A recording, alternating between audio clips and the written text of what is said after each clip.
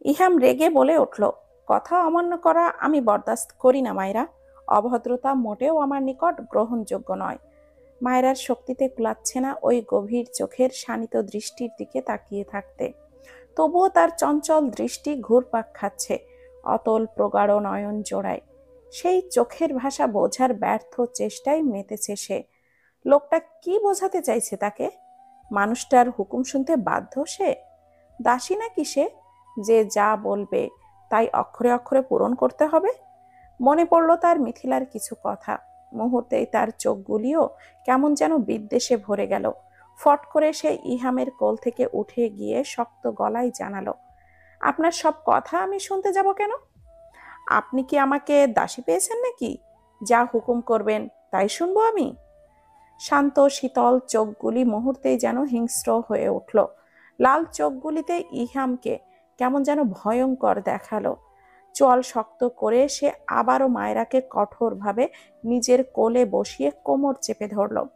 অন্য হাতে কঠিনভাবে আঁকড়ে ধরল মায়রার নরম কোমল হাতের কবজি।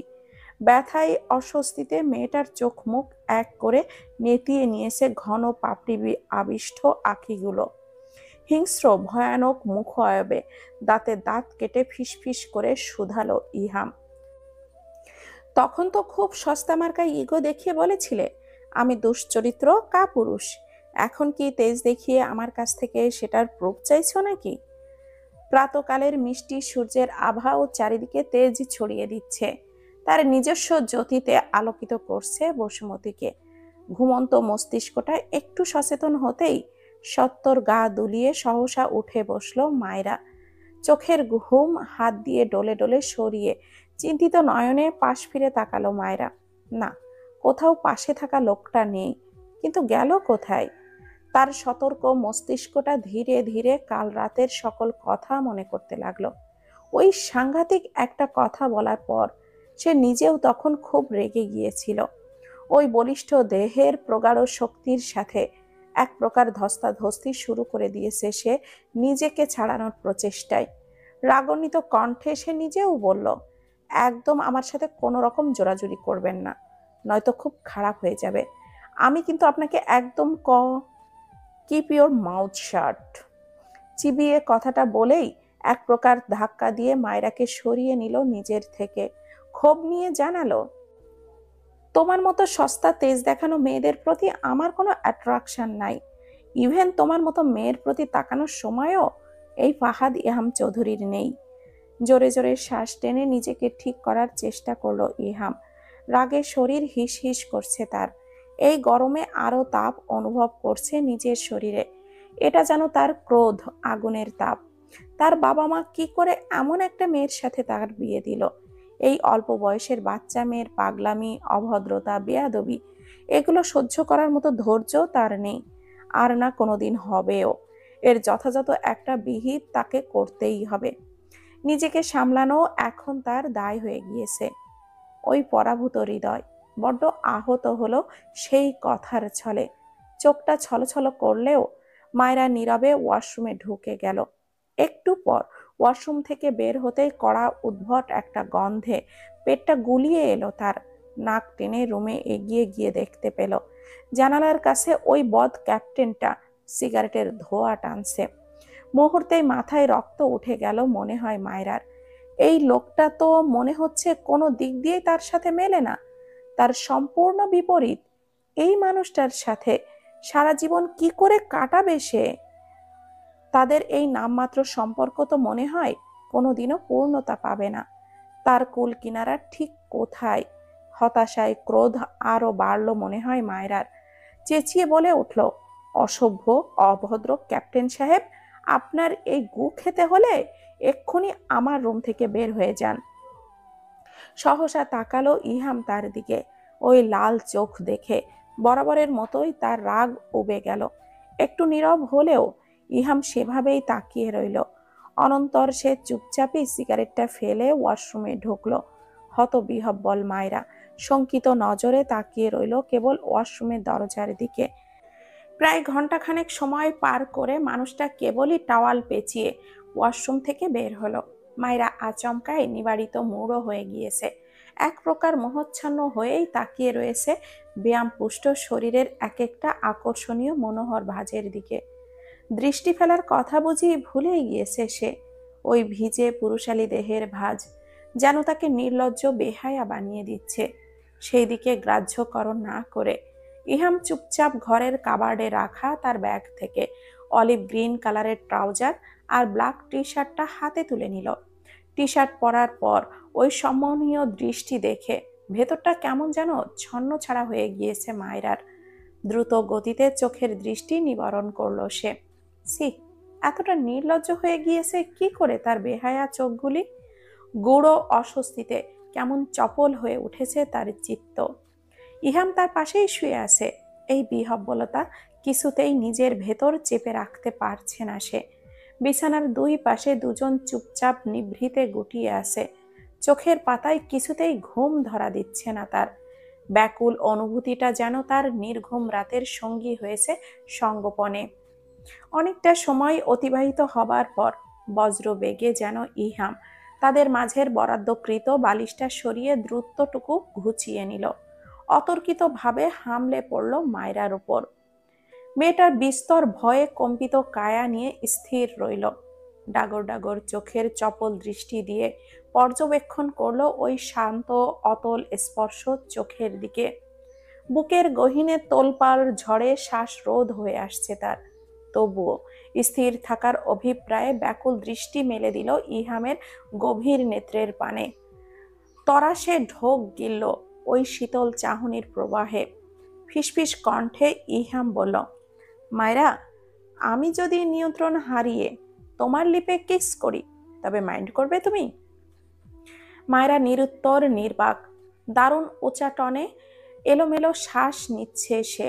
শ্বাসের টান ক্রমাগত আরো ভারী হলো তার। প্রবল অস্বস্তিতায় জ্ঞান লুপ্ত হয়ে নিমিষেই চোখটা বন্ধ করে নিল সে। অদম্য স্ফীত এক বাসনা ইহামের শিরায় শিরায় ধাবিত হলেও সে অবিচল তাকিয়ে রয়েছে মায়রার ওই লাজুক মুখের দিকে। নিজের দৃঢ় ব্যক্তিত্বকে নিয়ন্ত্রণ করতে না পেরে ছেলেটা অকল্পনীয়ভাবে কপালে কপাল ঠেকিয়ে দিল। সেকেন্ড 10 এক স্থির থেকে আবারও ছুটে গিয়ে ওপাশ ফিরে শুয়ে পড়ল নির্বিঘ্নে। অসম্ভবনীয় কার্যে অনেকক্ষণই মায়রা চুপচাপ ওভাবেই চোখ বন্ধ করে রাখল। বেশ সময় নিয়ে সে ধীরে ধীরে চোখ খুলে পাশ ফিরতেই দেখল মানুষটা যেন স্বাভাবিকভাবেই তাকে অগ্রাহ্য করে ওপাশ ফিরে শুয়ে আছে। লম্বা করে শ্বাস টেনে ধীরে সুস্থে সেটা নির্গত করল মায়রা। বেশ কিছু সময় নিয়ে সে নিজেকে ধাতস্থ করল। মন্থর গতিতে সে নিজেও তীব্র বেগে চলা অস্থির চঞ্চল এক অনুভূতি নিয়ে পাশ ফিরল। ঠিক কখন কোন রাতে তার চোখ লাগলো তা সে নিজেও বলতে পারছে না। রাতের কথা মনে হতেই বিপন্ন হলো তার মলিন মুখশ্রী। সারা ঘরে চোখ বুলিয়ে দেখে নিল মানুষটা কোথাও আছে কিনা।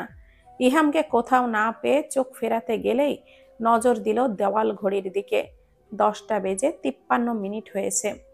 বিস্মিত হলো সে। এত বেলা হয়ে গিয়েছে, অথচ তার মা তাকে একবারও ডাকেনি। ওই বদ মানুষটাও তো কিছু বলল না তাকে। ফাতেমা বেগম ভয়ে শুকনো ঢোক গিলল মায়রা। দ্রুত ওয়াশরুম থেকে ফ্রেশ হয়েই ও ড্রয়িং রুমে গেল। জামাই বাড়িতে, অথচ নিজের মাকে এভাবে টিভির সামনে বসে থাকতে দেখে অবাকই হলো মায়রা। চিন্তিত ভঙ্গিতে কিছু ভাবতে বসেছে সে। ফাতেমা বেগম যে ধরনের মানুষ, তাতে মেহমান বাড়ি রেখে এভাবে তিনি কখনোই বসে থাকবেন না। ব্যাপারটা কি কিছুই বুঝতে পারছে না সে। কপালের রেখা টেনে সে এগিয়ে গেল ফাতেমা বেগমের ধারে। মৃদু স্বরে বলল, আম্মু, রান্না বান্না শেষ? রিমোট দিয়ে চ্যানেল পাল্টাতে পাল্টাতে ফাতেমা বেগম জবাব দিলেন, না, আজ কোনো রান্না বান্না নেই। একটু পর রাইস কুকারে শুধু ভাত বসাবো। অবাক বিস্ময়ে চোখ বড় বড় হলো মায়রার। শঙ্কিত কণ্ঠে শুধালো, তাহলে আমরা খাবো কি? শুধু ভাত? ফাতেমা বেগমের মাঝে কোনো বিকার ভাব নেই, যেন মায়রার চমকপূর্ণ কথাটাও তিনি বেশ নির্দ্বিধায় গ্রহণ করলেন। একটিবার মায়রার দিকে তাকালেন না পর্যন্ত। স্বাভাবিক স্বরেই বলল, ইহাম বাবার জন্যে কাল রাতে যা যা করেছিলাম সবই রয়ে গেছে, আজ আর কিছুই রান্না করতে হবে না। যেহেতু জামাই নেই, তাই আর রান্নাও করব না। ঘরের মানুষ কালকের তরকারি দিয়েই খেতে পারবে। চমকে উঠল মায়েরা, বিস্ময়ে কপাল সরু হয়ে এলো। বিহব্বল কণ্ঠে শুধালো, জামাই নেই মানে? এবার ফাতেমা বেগম তার দিকে তাকালেন, স্নিগ্ধ কণ্ঠে পাল্টা প্রশ্ন করলেন, তুই কিছু জানিস না? মায়ের এমন চোখ দেখে ভড়কালো সে। মৃদু হাসার চেষ্টা করলো পরিস্থিতি সামলাতে, তবুও ভেতরটা অদ্ভুত এক টানে হাঁসফাঁস করলো জানতে। মানুষটা নেই মানে? চলে গিয়েছে? তাকে তো বলেও নি। মানুষটা কি এতটাই পাষাণ, এত অ্যাটিটিউড ওনার? নিজেকে কি রাজা বাহাদুর মনে করে নাকি? ইহাম বাবা তো ভোরেই চলে গিয়েছে। কাল রাতে মানুষটার কাছে যাবার পর থেকেই শিহরণে তার গাটা ছমছম করছে। মানুষটার প্রতি তীব্র রাগ থাকলেও একটু যেন টান অনুভব করছে সে। কেন এমন হচ্ছে? এত টান অনুভব কেন করবে সে? ওই মানুষটার সাথে তো আর কোনো সম্পর্কই তৈরি হলো না, তবে কিসের টান তার? কঠিন পাষাণ মানবটা তো তাকে তার 4 আনারও দাম দেয়নি, উল্টে তাকে সস্তা বলে সম্বোধন করেছে। তার মতো মেয়ের দিকে সে নাকি তাকিয়ে দেখাবার সময়ও নেই। তবে ওই মানুষটার জন্য তার টান হবে কেন? শক্তভাবে নিজ মনকেই শাসালো সে। দম্ভ নিয়ে মায়ের কাছে প্রশ্ন করল, ওনার মা না বলেছিলেন উনি আমাদের এখানে 2 দিন থাকবে? তাহলে? আরে, ছেলেটা তো ছুটি কাটাতে এসেছিল, কিন্তু তার এখানে নাকি কি জরুরি কাজ পড়ে গেল। কোনো মিশন না ফিশনের অংশ নিতে হবে, তার জন্যই তো আজ আবার রাঙামাটি কোন পার্বত্য এলাকায় কি কাজ পড়েছে। তাই তো ছুটি না কাটিয়েই আবারও তাকে ছুটতে হবে কাজে। আজই ওখানে যেতে হবে। বাসায় মনে হয় কোনো কাজ আছে, তাই ভোরেই চলে গিয়েছে। মলিন মুখ হয়ে উঠল মায়রার। দৃষ্টি আনমনে রেখে নিজে যেন কোনো বিষণ্ণতায় ডুবে গেল। একবার কি তার কাছ থেকে বিদায় নেওয়া যেত না? খুব কি ইগোতে লাগতো সেটা? সে কি মানুষটার কেউ না? তাকে কি কিছুই মনে করে না ওই পাষাণ হৃদয়ের মানুষটা? কই, দাদি না বলতো স্বামী স্ত্রীর বন্ধন অটুট? এত মিল মহব্বত এই দুনিয়ায় আর কোনো সম্পর্কে নেই। তাহলে তাদের মাঝে অটুট সম্পর্ক তো দূরের কথা, সামান্য ভালো সম্পর্কটাও তৈরি হয়নি 3 মাসে। উল্টে মানুষটা তাকে তুচ্ছ তাচ্ছিল্য করে আসছে সব সময়। ভালো করে কথাও বলেনি। দাদি কবে আসবে চাচার বাড়ি থেকে? মনটা আরো খারাপ হয়ে গেল তার। ফাতেমা বেগম হয়তো ধরতে পারলেন মেয়ের মন খারাপের কথাটা। তিনি নরম সুরে বলেন, মন খারাপ করিস না মা, ছেলেটা হয়তো ব্যস্ততায় তোকে কিছু বলতে পারেনি। তুই বরং সময় করে একবার কল করে কথা বলে নিস। আয়, নাস্তা দেই। ফাতেমা বেগম চলে গেলেন নাস্তা দিতে। মায়েরা তখনও চুপচাপ করে বিরস মুখে দাঁড়িয়ে রয়েছে। মানুষটাকে সে কল করবে? কি বলবে কল করে? যে মানুষটা একদিনেও তাকে একটিবারও কল করার প্রয়োজন বোধ করলো না, তাকে কিভাবে সে কল করবে? এটা কি বাড়াবাড়ি দেখাবে? মিথিলা আজ চলে যাবে। মায়রাকে জোরাজুরি করেছে তার সাথে যেতে। ফাতেমা বেগমও রাজি ছিলেন, কিন্তু মায়রা কিছুতেই রাজি হয়নি এখন ফুপুর বাড়ি যেতে। মিথিলা অবশেষে মেয়েটার মনের বিষণ্ণ ভাবের আভাস আজ করে চুপ গেল। যাওয়ার আগে একা চুপি করে মিথিলার কাছে স্নিগ্ধ কণ্ঠে জানতে চাইল মায়রা, আপু, আমি কি ওনাকে একবার কল করে দেখতে পারি? আশ্চর্য, এটা জিজ্ঞাসা করার কি আছে? জামাই লাগে তোর, আর আমার কাছে জিজ্ঞাসা করছিস? অবশ্যই কল দিতে পারিস। স্বাভাবিকভাবে বলে দেওয়ার মিথিলার কথাতেই থতমত খেলো মায়রা। দৃষ্টি নত করে ম্লান কণ্ঠে বলল, উনি তো একদিনও আমায় কল করেনি আপু। উনি করেনি বলে কি তুই করতে পারবি না? একটু ইগনোর করার পাশাপাশি জোরটাও খাটাস। উনি কিন্তু ভীষণ ধূর্ত আর চতুর। সাবধানে কথাবার্তা বলিস মায়রা। কোনো সমস্যা হলে জানাস আমাকে। আবারও বলছি, ওই বদ ক্যাপ্টেনটার থেকে সাবধান। বেশি বাড়াবাড়ি করলে মামিকে কিন্তু বলে দিবি। সাজবেলা নেমেছে কিছুক্ষণ হয়। সকাল 10টা থেকে এখন পর্যন্ত গাড়িতে বসে আছে ইহাম। সারাদিনের জার্নিটা তার শরীরকে কেমন যেন ক্লান্ত করে তুলেছে। তেমনি সচল মস্তিষ্কটা প্রখরভাবে ছক সাজিয়ে নিচ্ছে মিশনের। খাগড়াছড়িতে বেশ কিছুদিন ধরে একদল দুর্বৃত্তকারী পর্যটক আর স্থানীয়দের বেশ জ্বালাতন করছে। ডাকাতি, হামলা, অস্ত্রোপচার সহ কাজকর্ম তারা পরিচালনা করছে, যার ফলে রাঙামাটিতে পর্যটন স্থানগুলিতে লোক সংখ্যাও কমে আসছে। তাই তো অথরিটি থেকে নোটিশ এসেছে মাঝরাতেই। 1 মাসের ছুটি কাটাতে এসে এক বিরাতি নিয়েই যেন ফিরতে হবে স্বস্তির পছন্দের কাজে। কিন্তু মনটা বড্ড অস্থির হয়ে আছে তার। একে তো সারাদিনের শারীরিক অবসাদ, তার ওপর মায়রা মেয়েটা। সেই মুহূর্তে তার ভাবনার ছেদন ঘটল আননোন এক নাম্বারে আসা কলে। সকল বিষাদময় চিন্তায় ইহামের ভেতর তিক্ততায় হাঁসফাঁস করে উঠছে। নিঃসন্দেহে মায়রা মেয়েটা আগুন সুন্দরী। তার অষ্টাদশী লতানো অঙ্গ বড্ড বেশি আকর্ষণীয়। দৃঢ় মনোবল আর কড়া ব্যক্তিত্বে ভরপুর ইহামের পক্ষেও নিজেকে ধাতস্থ করা কঠিন প্রায়। তবে মেয়েটার বেয়াদবিপানা আর অভদ্রতা, তার শক্ত আবরণে বেষ্টিত হৃদয় ও তীক্ষ্ণ মস্তিষ্ক কোনোটাই মেনে নিতে পারে না। আকারে ইঙ্গিতে বাবা মাকে খানিক বলে আসলেও পুরোপুরি কিছুই জানায়নি। জীবনের এক অতি গুরুত্বপূর্ণ একটা পদক্ষেপ নিয়ে এখন প্রখর দোটানায় দোদুল্যমান হচ্ছে তার কঠিন হৃদয়। ধূর্ত বিচক্ষণ মস্তিষ্কটা বারবার ইঙ্গিত দিচ্ছে সম্পর্ক এভাবে বললেই শেষ হয়ে যায় না। হৃদয় যখন দ্বিধাদ্বন্দ্বে ভুগছে, তখন অপরিচিত নাম্বারটা স্ক্রিনে ভাসতেই কপাল কুঁচকে নিল সে। ক্ষণেই ফোনটা রিসিভ করতেই অপর পাশ থেকে খুব মিষ্টি সুরেলা কণ্ঠে সালাম এলো।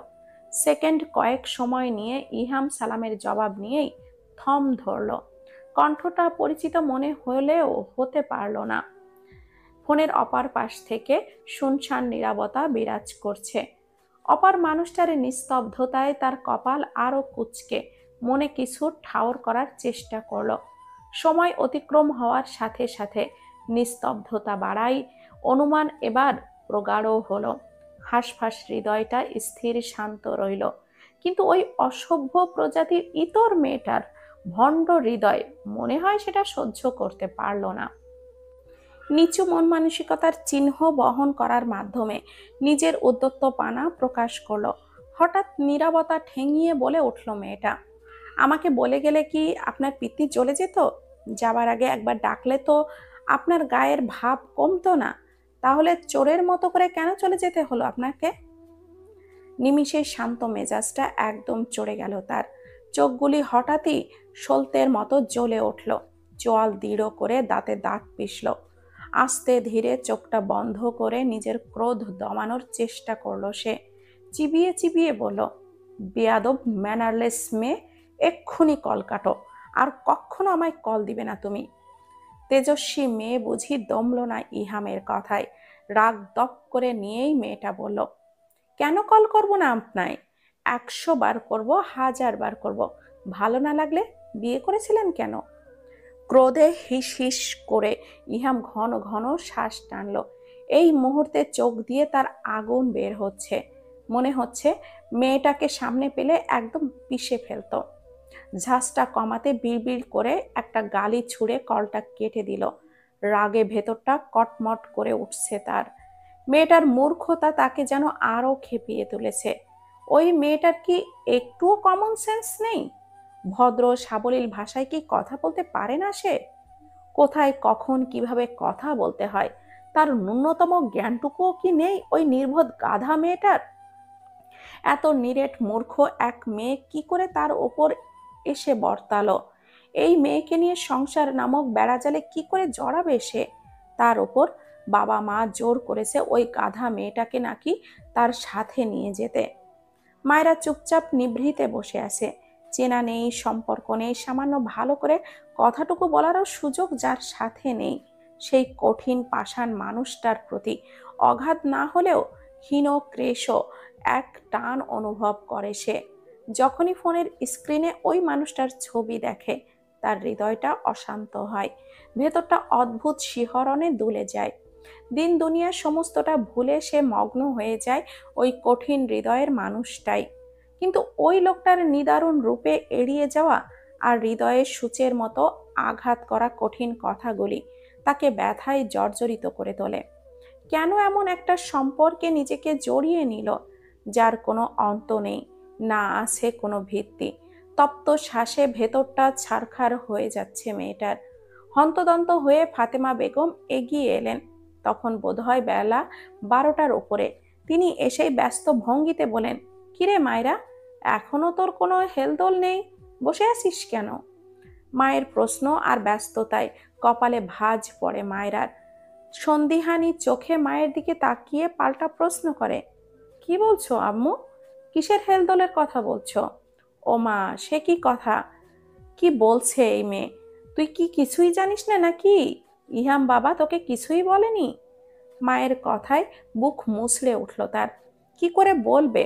প্রথমবার কল দেওয়ার পর ওই লোকটার কথা না বলে দম্ভ নিয়ে কলটা কেটে দিয়েছিল। আর কথা হয়নি তাদের, আর না ওই লোকটা একবারও কল দিয়েছে তাকে। সেই সন্ধ্যা পেরিয়েছে আজ 2 দিন, তবু ওই মানুষটার থেকে কোনো কল এলো না। আপাতত মায়ের কাছে সেটা গোপন করে ভাবতে বসলো, কি বলতে চাইছে তার মা? লোকটার কিছু হলো নাকি? কি জানানোর কথা বলছে তার মা? ভেতরে এত ভয় কেন হচ্ছে? সংশয় শঙ্কা তার গলার আওয়াজ অদ্ভুতভাবে নিভিয়ে দিয়েছে। একটুখানি সাহস সঞ্চয় করে যে বলবে কি হয়েছে, তাও তার অসাড় শরীরে জোগাড় হচ্ছে না। মায়ের দিকে নির্লিপ্ত ভঙ্গিতে তাকিয়ে আছে সে। মনে হচ্ছে ইহাম বাবা তোর সাথে কিছু বলেনি, তাই না? হয়তো সুযোগ হয়নি তার। সেসব রাখ, তাড়াতাড়ি তৈরি হয়ে নে মা, এক্ষুনি আমাদের ইহাম বাবার বাসায় যেতে হবে। তরা সে গলা চিরে ঢোক গিলল না মায়রার। আধুত চিত্তটায় ঘন কালো মেঘের মতো নেমে এলো বিহ্বলতা। মায়ের কৌতূহলের কোনো মানে খুঁজে পাচ্ছে না সে। কি হয়েছে মা? কেন এই প্রথম এত তোড়জোড় করে ওই বাসায় যেতে বলছে? তা কিচ্ছু বোধগম্যতায় আসছে না তার। এক মিশ্র অনুভূতিতে তার ভেতরটা ছটফট করছে। কি রে মেয়ে, বললাম না তাড়াতাড়ি তৈরি হয়ে নে, তা না করে তুই বসে আছিস? মায়ের কোনো কথাই যেন মায়েরার কানে ঢুকছে না। তার মস্তিষ্ক বারবার ঘুরপাক খাচ্ছে তাকে কোনো এক কারণে। ইহামের বাসায় যেতে হবে কেন? কোন কারণ তা জানা নেই। আচ্ছা, ওই কঠিন পাষাণ মানুষটা কি তার বাড়িতে আছে, নাকি এখনো নিজের কাজে মজে আছে? ওই মানুষটার কথা মনে হতেই হঠাৎই তার ভেতরটা ফেপে উঠল। গলায় বুঝি কিছু একটা দলা পাকিয়ে বিচ্ছে প্রবলভাবে। আচমকা ফাতেমা বেগম আবারও বলে উঠলেন, কি রে মায়রা, তোর কানে কি আমার কথা ঢুকছে না? ও বাড়ি থেকে খবর এসেছে, দ্রুত যেতে হবে, আর তুই এখনো নির্দ্বিধায় বসে আছিস? তোকে নিয়ে কি করব আমি? কি করে সংসার করবি তুই? সংসার শব্দটা শুনতেই বিষণ্ণ হয়ে উঠল তার চিত্ত। মলিন মুখটা চুপসে গেল তার আরো। ওই মানুষটা কি তার সাথে সংসার করবে? সংসার করার কোনো লক্ষণই তো তাদের দুজনের মাঝে নেই। এক দৃষ্টে ভাসমানে তাকিয়ে থাকা চোখগুলি আকস্মাতই ছলছল করে উঠল তার। তবুও নিজের স্থবিরতা টেনে ক্ষীণ কণ্ঠে জিজ্ঞাসা করলো, ও বাসায় কেন যেতে হবে আম্মু? আরে বোকা মেয়ে, তোর শ্বশুর ভীষণ অসুস্থ, তোকে দেখতে চাইছে। ঢিলেমি না করে তাড়াতাড়ি কর মা। আর শোন, একটু সুন্দর জামাটা পরিস, একটু ভদ্র পরিপাটি হয়ে থাকিস মা। প্রথমবার শ্বশুর বাসায় যাচ্ছিস, একটু সাজগোজ করিস কিন্তু। আর হ্যাঁ, বাড়তি একটা কাপড় নিস। মায়ের কথা সম্পূর্ণ শোনার ধৈর্য ধীরতা কোনোটাই হলো না তার। এর আগে তুঙ্গে উঠে কণ্ঠে চটপট করে বলে উঠল, কাপড় কেন নিতে হবে আম্মু? তুমি কি থাকবে নাকি ওখানে? ফাতেমা বেগম স্নেহপূর্ণ নয়নে তাকালেন মেয়ের দিকে। কাছে এসে বেদনা মিশ্রিত হাসলেন তিনি, যেন ওনার হাসির মাঝেই এত বছরের সকল আদর যত্ন দুঃখ কষ্ট ভেসে উঠছে। প্রচলিত এক ত্যাগে দগ্ধ হলো ওনার কোমল হৃদয়। তিনি এগিয়ে এসে মেয়ের গালে হাত ছুঁয়ে দিয়ে আবারও নিজের ঠোঁটের কাছে এনে চুমু খেলেন। চোখ ভর্তি পানি থাকলেও নিজেকে প্রকৃষ্ট করার চেষ্টা করলেন। মলিন মুখে কৃষ্ণ কণ্ঠে বলেন, যদি এক রাত থাকতে হয় তোর? বুক ধক করে উঠল মায়রার। কোমল হৃদয়টা বারবার করে আরোহণ করছে কোনো নাম না জানা এক স্থানে। লম্বা লম্বা শ্বাস টানার ফলে নিজ উদ্যোগে আর কোনো প্রশ্ন করার সক্ষমতা তৈরি হলো না। দাঁত খিসে যেন ভেতরের ওচাটন আর ব্যাকুলতার লাগাম টানার প্রচেষ্টা করলো নিজ মনে। ফাতেমা বেগম মেয়ের অস্থিরতা নীরবে নিশ্চুপে বুঝে নিলেন। ঈষৎ হেসে তিনি জানালেন, চিন্তা করিস না মা, ইহাম বাবা বাসায় নেই, সে রাঙামাটিতে আছে। ফোঁস করে দম ছাড়ল যেন মায়েরা। তৃপ্তিতে ঢোক গিলে মায়েরা মায়ের পানে কেবলই শান্ত স্থির চাহনিতে তাকালো। তারা দেখিয়ে ফাতেমা বেগম বললেন, তাড়াতাড়ি কর মা, তোর বাবা অফিসেই আছে, হয়তো আমাদের একাই যেতে হবে। পেছন থেকে হেল দোলে মায়রার রুমে আসতে থাকা ভরাট কণ্ঠে প্রশ্ন তুলল তুহিন, কোথায় যাবার কথা হচ্ছে আম্মা?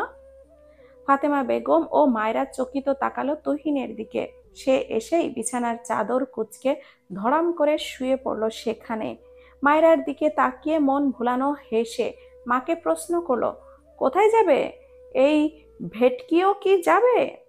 দুই ভাই বোনকে কথা কাটাকাটির সুযোগ না দিয়েই ফাতেমা বেগম নিজে থেকে মায়রার আগে ঝটপট উত্তর দিলেন, ইহামের বাবা অসুস্থ, ওনাকে দেখতেই তো ও বাসায় যাব। সোনার ডিম পাড়া হাঁস পাবার মতো চোখগুলি যেন চকচক করে উঠল তুহিনের। কয়েক পল ভেবেই চঞ্চল কণ্ঠে জবাব দিল, আমিও যাব, আঙ্কেলকে দেখে আসা আমারও দায়িত্ব, তাই না আম্মা? হাস্যোজ্জ্বল মুখে তুহিন মায়রার দিকে তাকিয়ে চোখ টিপে আবারও হাসলো। মা মেয়ে দুজনেই হতবাকে তাকিয়ে রইল ছেলেটার দিকে। আর কাউকে কিছু বলার সুযোগ না দিয়ে সে চলে গেল। যেতে যেতে ঠোঁটের কোনায় দুষ্টু হাসি ফুটিয়ে মনে মনে বিড়বিড় করলো, রেডি থাকো কাল নাগিনী, তোমাকে রাগাতে তো সাপুড়ে আসছে। পার্বত্য অঞ্চলের প্রত্যন্ত এলাকার একটা কটেজের বেলকুনিতে দাঁড়িয়ে আছে ইহাম। চোখে মুখে তার গভীর শান্ত ভাব ফুটে উঠেছে। দৃষ্টি অদূরে কোথাও গ্রথিত, কায়া অবিচল স্থির হলেও হৃদয় খানিক ব্যাকুল হওয়ায় লঘু দুলছে। অন্তরস্থলে বারংবার স্ফুটিত হচ্ছে মায়েরা মেয়েটার লালিত্যপূর্ণ মাধুর্যতা। ওই মাধুরী মুখের স্নিগ্ধতা নিঃসন্দেহে হৃদয় ঘায়েল করার ন্যায়। শান্ত হৃদয়টা মুহূর্তে তোলপাড় করার মতো ওই মোহনিয়া মায়রার অবতারণিকা।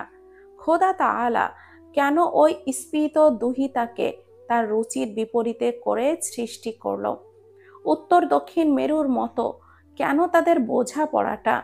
ওই মেয়েটা তার স্বভাবের হলে, মন মতো হলে কি এমন ক্ষতি হতো? আচ্ছা, মায়েরা যদি তার মন মতো হতো, একদম ভদ্র মার্জিত, ঠিক যেমনটা সে চায় তেমনটা হলে কি সে মায়েরার সাথে খুব বেশি সহজ হতো? তাদের সম্পর্কটা কি আর 10টা-5টা দাম্পত্যের মতোই সরল মহব্বতের মতো হতো? এর উত্তর জানা নেই তার। মন মস্তিষ্ক তার সর্বদা শুধুই জানান দেয় মায়েরা মেয়েটা তার উপযুক্ত কিংবা যোগ্য নয়। সে তার মনের একেবারে বিপরীত, একদম কাঙ্ক্ষিতের বাহিরে। তার অভদ্র আচরণ, বেয়াদবি কথা, মুখের উপরে তর্ক করা একদম তার রুচির বাহিরে। অথচ মেয়েটা সেটাই করে। আরেকটু গভীরভাবে চিন্তা করলে বুঝি তার শান্ত মুখশ্রীটা রাগের রঙ্গিম হয়ে উঠবে। তবে এই স্নিগ্ধ সতেজ সবুজ প্রকৃতি বুঝি তার এই মুহূর্তের অশান্ত করতে কিংবা রাগিয়ে দিতে চায় না। তাই তো ক্রোধটা বাঁচিয়ে লেফটেন্যান্ট ইব্রাহিম খান এসে হাজির হয়েছে। লম্বা সুঠাম দেহের মানুষটা এসেই ক্ষীণ কণ্ঠে ডাকলো, স্যার। মায়রার মাঝে বিষণ্ণ থাকা ইহামের তীক্ষ্ণ কানও বুঝি শুনতে পেল না ইব্রাহিমের উপস্থিতি। একাগ্র চিত্তে বিরাজ করা ইহামকে পুনরায় ডাকলো ইব্রাহিম। ক্যাপ্টেন। সচকিত পেছন ফিরল ইহাম। ইব্রাহিমকে দেখে মনের সকল চিন্তা বিমগ্নতাকে এক তুড়িতে বিলীন করে দিয়ে মন স্থির ও দৃঢ় করলো নিজের দায়িত্বের প্রতি। তার প্রগাঢ় ব্যক্তিত্ব নিয়ে শটান হয়ে দাঁড়ালো ইব্রাহিমের সামনে। গম্ভীর কণ্ঠে প্রশ্ন করলো, কোনো খবর পেয়েছ ইব্রাহিম? ইব্রাহিম রোহেশ হয়ে জবাব দিল, ছোট্ট একটা মোড়ানো কাগজ। ইহামের দিকে বাড়িয়ে দিয়ে মৃদু আওয়াজে বলল, স্যার, দুর্বৃত্তদের সাথে মাজিদ পাহাড়িরও জড়িত আছে। ধারণা করা হচ্ছে মাজিদ পাহাড়ি ওই ধ্বংসকারীদের বীজ মন্ত্র। স্থানীয় এক চায়ের দোকানদারের কাছ থেকে আস্থানার ছকটা জোগাড় করলাম। ইহাম হাত বাড়িয়ে কাগজটা তুলে নিল।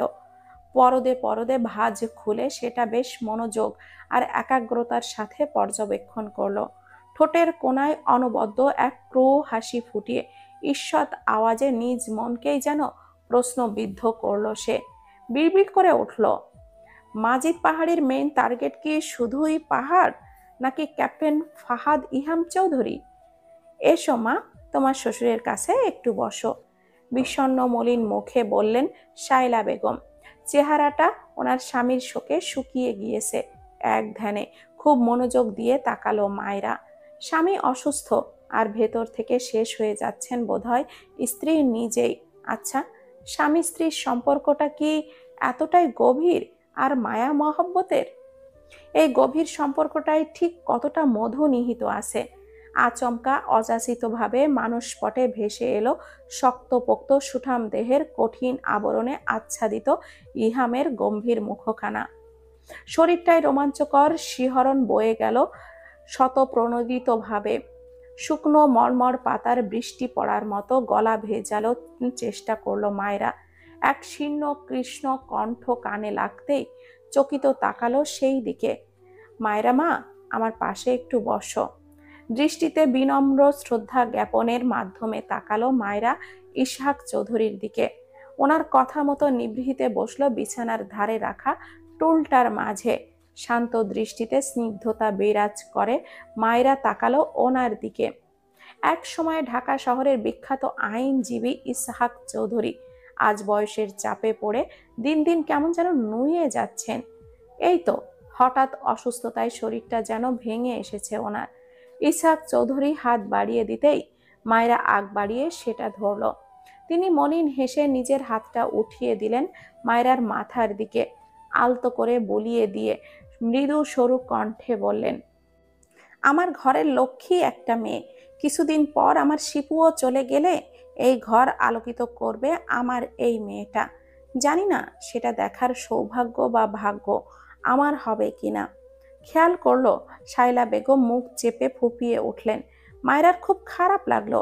সে নিজের শ্বশুরের হাতটা ধরে নরম গলাতে বলল, বাবা, এসব কথা বলবেন না। আপনি তাড়াতাড়ি সুস্থ হয়ে যাবেন। শুধু শুধু চিন্তা করে শরীরটা আরো খারাপ করবেন না। মায়রার এত সুন্দর কথার পিঠে ম্লান হাসলেন ইসহাক চৌধুরী। ফাতেমা বেগম অভিভূত হলেন মেয়ের কথায়। যাক, মেয়েটার সুবুদ্ধি হয়েছে তাহলে শ্বশুরবাড়ি আসায়। ছটফট করা মেয়েটাও কেমন যেন নীরবে শ্বশুর শাশুড়ির সামনে ভদ্র সাবলীল হয়ে আছে, ভার স্থিরে কথাও বলছে। তিনি এগিয়ে এলেন, মেয়ের পাশে দাঁড়িয়ে অভয় দিয়ে বললেন, হ্যাঁ ভাইজান, শুধু শুধু চিন্তা করবেন না, আপনি একদম ঠিক হয়ে যাবেন। পাশ থেকে শায়লা বেগম কাঁদো কাঁদো গলায় বলেন, দেখুন না বিয়ান, সারাক্ষণ মুখে শুধু অলক্ষণে কথা লেগেই থাকে। এত করে বলি, শুনতেই চায় না আমার কথা। বিছানায় শয্যায় ইসহাক চৌধুরী মলিন হেসে রয়ে শয়ে জবাব দিলেন, এই নশ্বর দুনিয়াতে কি আমরা সবসময় থাকবো শায়লা? একদিন তো আল্লাহর নিকট যেতেই হবে আমাদের। এটা যত তাড়াতাড়ি মনে প্রাণে বিশ্বাস করে আল্লাহর পথে ধাবিত হওয়া যায় ততই মঙ্গল। মায়েরা মুচকি হাসলো, সুরেলা কণ্ঠে জবাব দিল, এমন কথা মোটেও বলবেন না বাবা। আমি আমার আব্বুকে খুব ভালোবাসি। আপনার ঘর আলো করতে যখন এখানে আসব, তখন আপনাকে না পেলে কি করে হবে বাবা? আমি আবার বাবা নামক ছায়া ছাড়া শান্তি পাই না। ছলো ছলো নয়নে ফাতেমা বেগম মুচকি হাসলেন। সেই সাথে মায়রার শ্বশুর শাশুড়িও হেসে উঠলেন। শায়লা বেগম হাঁক ছেড়ে ডাকলেন শিপুকে। মেয়েটা বুঝি ডাকের সাথে সাথে বিরক্ত মুখশ্রীতে এগিয়ে এলো। থমথমে মুখে মাকে শুধালো, কিছু দরকার আম্মু? হ্যাঁ মা, তুই একটু তোর বাবার পাশে বস, আমি একটু ড্রয়িং রুমে যাই। শিপু ঘাড় বাঁকিয়ে একবার দরজার দিকে তাকালো। এমনিতেই বাসায় একটা বাদর এসে তার ঘাড়ে বসার চেষ্টা করছে। এর চেয়ে বাবার এখানে চুপচাপ ফেসবুকে ঘোরাই ভালো। কি এক শান্তি! ঘরে বসেই সারা দেশ ঘোরা যায়। ফাতেমা বেগম আগে আগে ড্রয়িং রুমে চলে গেলে শায়লা বেগমও পেছন থেকে মায়রার হাত ধরলেন। আচমকা হাত টানায় কিছুটা ভড়কে গেল মায়রা। চকিত বিস্মিত নিয়ে তাকালো সে নিজের শাশুড়ির দিকে। হঠাৎই ওনার মুখটা আরো বিবশ হতে দেখা গেল। তিনি শঙ্কিত কণ্ঠে জিজ্ঞাসা করলেন, মায়রা, আম্মা, তোমার আর ইহামের মাঝে কিছু কি হয়েছে? ধক করে উঠল মায়রার বুকটা। আশ্চর্য, উনি হঠাৎ এইসব কেন জিজ্ঞাসা করছে? কিছু কি জানেন উনি? কিন্তু কিভাবেই বা জানবে? তাদের মধ্যকার বিপরীত সম্পর্কের কথা তো কেবল সে আর ওই পাষাণ মানুষটাই জানে। তবে কি ওই বদ ক্যাপ্টেনটাই কিছু বলেছে? ভয়ে শুকনো ঢোক গিলল মায়েরা। কি জবাব দিবে? চিন্তায় মেয়েটার মুখ ম্লান হয়ে আসতে চাইছে। সে তবুও নিজেকে ধীরে ধীরে করে এক টুকরো হাসার চেষ্টা করলো। কম্পিত কণ্ঠে আমতা আমতা করে জানতে চাইল, কেন মা, এসব কেন জিজ্ঞাসা করছেন? কি জানি ছেলেটার কি হলো, যাবার আগে কি যে বলে গেল, কিছুই মাথায় ঢুকলো না। তবে তার কথার মানে স্পষ্ট বোঝা গিয়েছে সে তোমার উপরে রেগে। কিছু ঝামেলা হয়েছে কিনা তাই তোমাকে জিজ্ঞাসা করলাম। আকসার দাঁতে দাঁত কটমট করে উঠল মায়রার। চিবুক শক্ত হয়ে এলো তার। ইহামের ওপর ভীষণ রেগে স্ফীত অবস্থা। তবুও শাশুড়িকে অভয় দেখিয়ে বুদ্ধিমত্তার সাথে জানালো, তেমন কিছু না মা, আপনি চিন্তা করবেন না, সব ঠিক আছে আমাদের মাঝে। আনমনে শায়লা বেগম বিড়বিড় করে বললেন, ঠিক থাকলেই ভালো আম্মা। ছেলেকে এত বছর পর বিয়ে করিয়েছি, যাতে ছেলে সুখে থাকে, শান্তিতে থাকে। শায়লা বেগম আগে আগে চলে গেলে রাগে কিরমির করতে থাকে মায়েরা নীরবে নিভৃতে। ওই মানুষটার সাথে অবশ্যই দফা রফায় আসতে হবে তাকে। আপনার ছেলের শান্তি কোথায় আছে দেখি আমি। বাবার রুম থেকে ফোনটা স্ক্রল করতে করতে আসার পথে একদম অনাকাঙ্ক্ষিতভাবে অতর্কিত কেউ যেন হামলে পড়েছে শিফুর ওপর।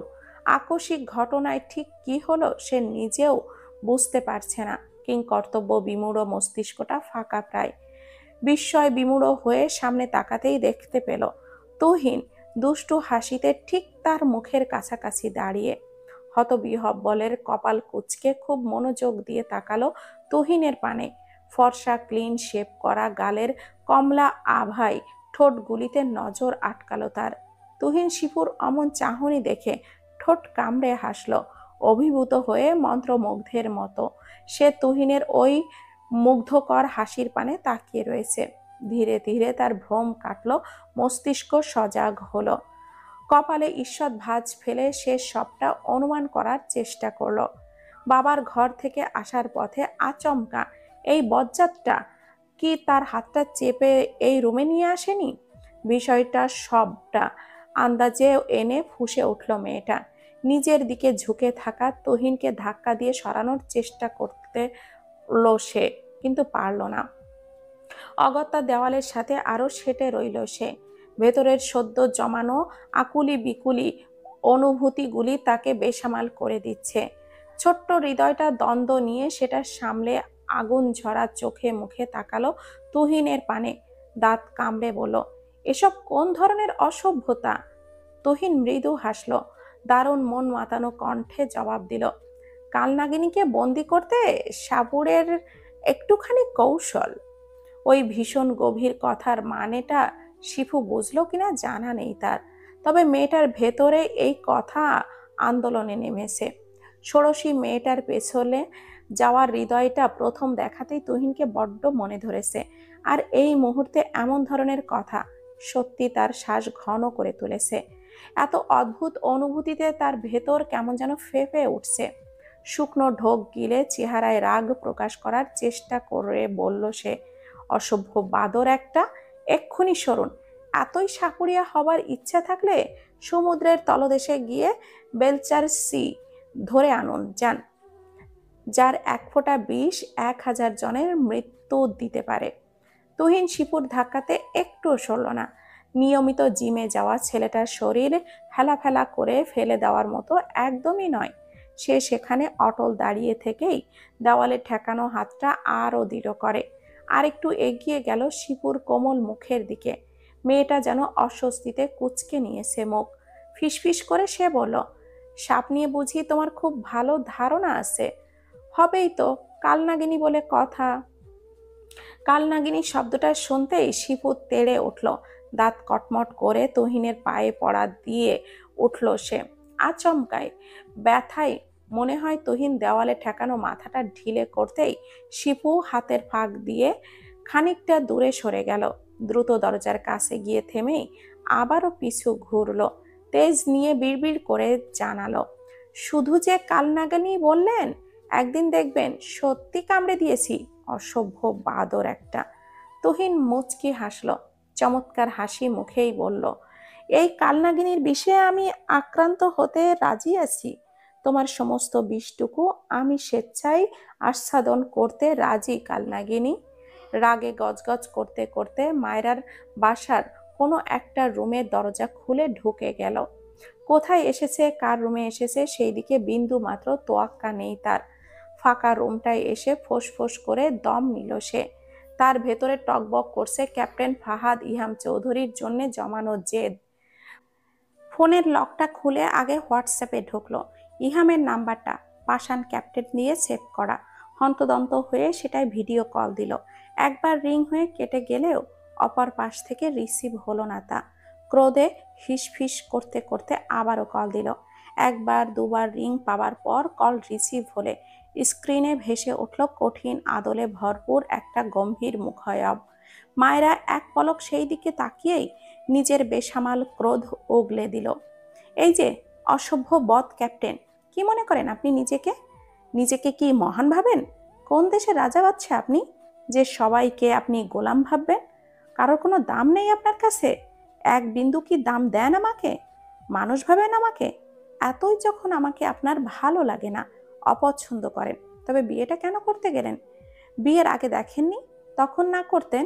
বিয়ে হবার পর এমন করার কারণটা কি? ইহাম শান্ত ভঙ্গিতে স্থির হয়ে বসে রইল কেবল। মায়রার এত এত কথা তার কানে ঢুকলো কিনা তা তার মুখ দেখে এক অণুও বোঝার জো নেই। বরঞ্চ কপাল কুঁচকে সে যেন খুঁটিয়ে খুঁটিয়ে কিছু পর্যবেক্ষণে আবিষ্ট। মায়রা সেদিকটায় খেয়াল না করে গলা উঁচিয়ে আরো কিছু বলবে তার আগেই ফোনের অপর পাশ থেকে গম্ভীর মুখের মানুষটা সরু ধারালো কণ্ঠে শুধালো, এই মেয়ে, তুমি আমার রুমে কি করছো? মায়রা স্তম্ভিত হলো। নীরবে কপাল কুঁচকে সেও তাকালো ইহামের দিকে। মানুষটা ফোনের স্ক্রিনে তীক্ষ্ণ নজরে চোখ বুলাচ্ছে। বিস্ময়ে সে একবার ইহামের দিকে তাকিয়ে আবারও ঘাড় বাঁকিয়ে আশপাশটা দেখল। সুন্দর পরিপাটি ভাবে গোছানো এই ঘরটা কি ওই গম্ভীর মানুষটার? আর কোনো ঘর পেল না সে? ঘুরে ফিরে এই বজ্জাত মানুষটার ঘরেই আসতে হলো তার। পর্যবেক্ষণে তার অনুরাগী মন আওড়াতলো, তাতে কি হয়েছে? ঘরটা কি লোকটার একার নাকি? এক সময় তো এটা তারও ঘর হবে। মুখ বাঁকিয়ে মায়রা তাকালো ইহামের দিকে। কি হলো? আমার রুমে কি করো তুমি? কি হয়েছে তো? রুমটা কি আপনার নামে কাওলা করা নাকি? এটা এক সময় আমারও রুম হবে, আমিও এর অংশীদার। ইহাম বোধহয় একটুক্ষণ চুপ রইল, সরু সরু চোখে তাকিয়ে রইল তার দিকে। নীরবে অমন শানিত নজর দেখে মায়েরা ভড়কালো খানিক। নিজের কথার গভীরতা বুঝে বিব্রত বোধও করল। যেখানে তাদের মাঝে নৈসর্গিক কোনো সম্পর্ক নেই, সেখানে এভাবে এতটা আবলীল অকপটে বলা কথাটা ঠিক যুক্তিসঙ্গত হলো না। ইতস্ত বোধ করে মায়েরা ক্ষীণ গলায় বলল, আপনি আপনার মাকে কি বলেছেন? হ্যাঁ, আগে বলো, তুমি আমার রুমে কি করছো? তুমি কি আমাদের বাসায় গিয়েছো মায়েরা? না, আমি আপনার রুমটা তুলে আমাদের বাসায় নিয়ে এসেছি। মায়েরার তেড়ামি কথায় ইহামের মেজাজের খেই হারালো। শান্ত মেজাজটা মুহূর্তেই এই অভদ্র মেয়েটা উত্তপ্ত করে দিতে পারে।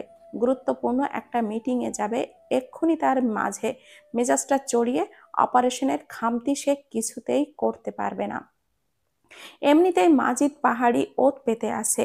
এই মিশনে এক চুল এদিক ওদিক হওয়া মানে তার নিজের সাথে তার টিমের 14 জন সৈনিকের জীবন নাশ। নিজেকে ধাতস্থ করে শান্ত হিম গলায় সে বলল, তুমি আমায় কল কেন করেছো মায়েরা? তোমাকে না বলেছিলাম আমায় কল দিবে না? দিব, 100 বার কল দিব আপনায়। আমি আপনার স্ত্রী হই, বিয়ে করে সবকিছু থেকে এড়িয়ে যেতে পারেন না আপনি? মায়েরার কি হলো আজকে কে জানে। নিজের সাহসের বেশি কথা হয়তো ইহামকে সে বলে দিচ্ছে নির্বিঘ্নে, তবুও দমে যাচ্ছে না এক চুলো। কি বলতে চাইছো তুমি? দেখো মায়েরা, আমার এখন গুরুত্বপূর্ণ কাজ আছে। তোমার বাজে বকবক শোনার মতো সময় আমার একটুও নেই। সময় নেই মানে? সময় কেন থাকবে না আপনার? বউকে সময় দিতে পারবেন না তো বিয়ে কেন করলেন? সারা জীবন অবিবাহিতই থাকতেন। মেজাজ খানিকটা তিরিক্ষি করে ইহাম মৃদু চাপা স্বরে জবাব দিল, এই মুহূর্তে আমি বিয়ে করতে চাইনি, শুধুমাত্র বাবা মার কথায় রাজি হয়েছি। বিয়ের আগে যদি জানতাম তুমি এতটা অভদ্র বেয়াদব, তাহলে কখনোই সেই দিকে আমার ছায়াকেও নিতাম না।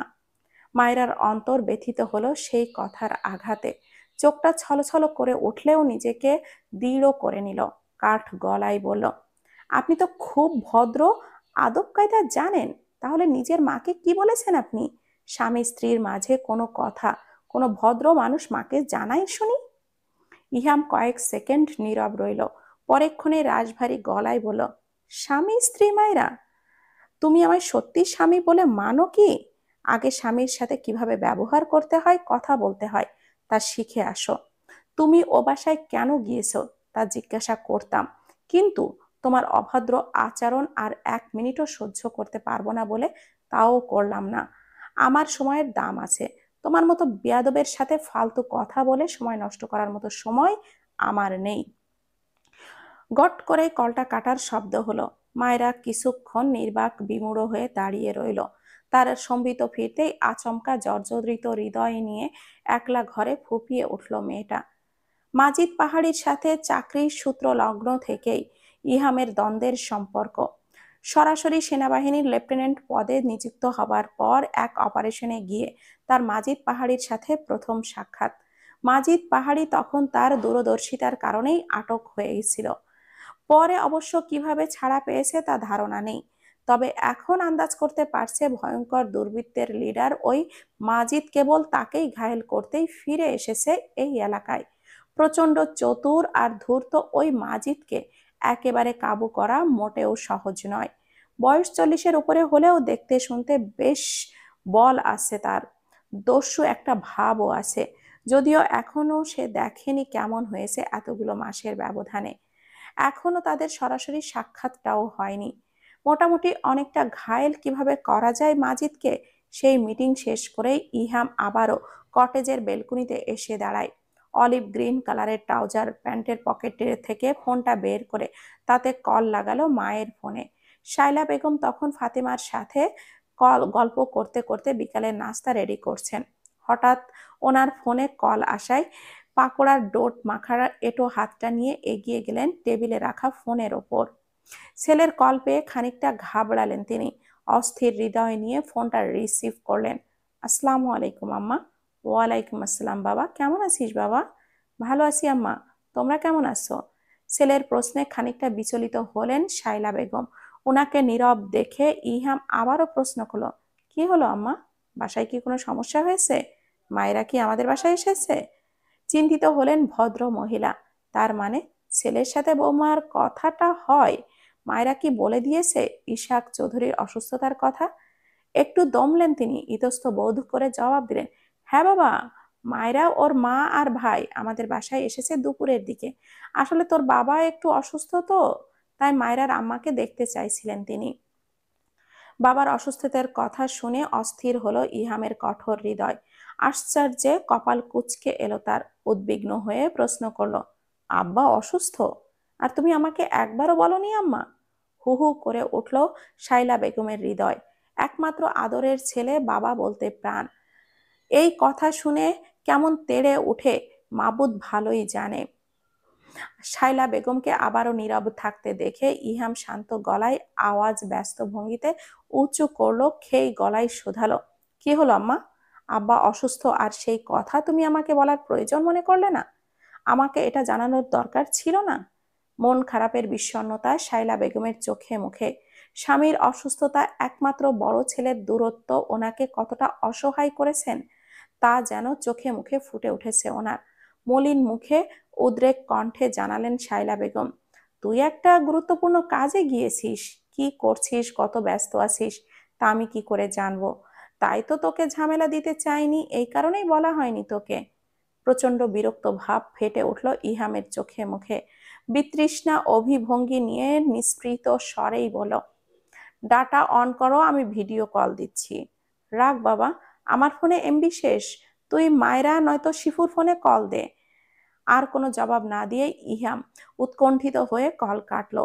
যত দ্রুত সম্ভব হোয়াটসঅ্যাপে গিয়ে কল লিস্টে মায়েরার নাম্বারটা ঠেঙিয়ে শিপুর নাম্বারটা খুঁজতে উদ্বিগ হলো।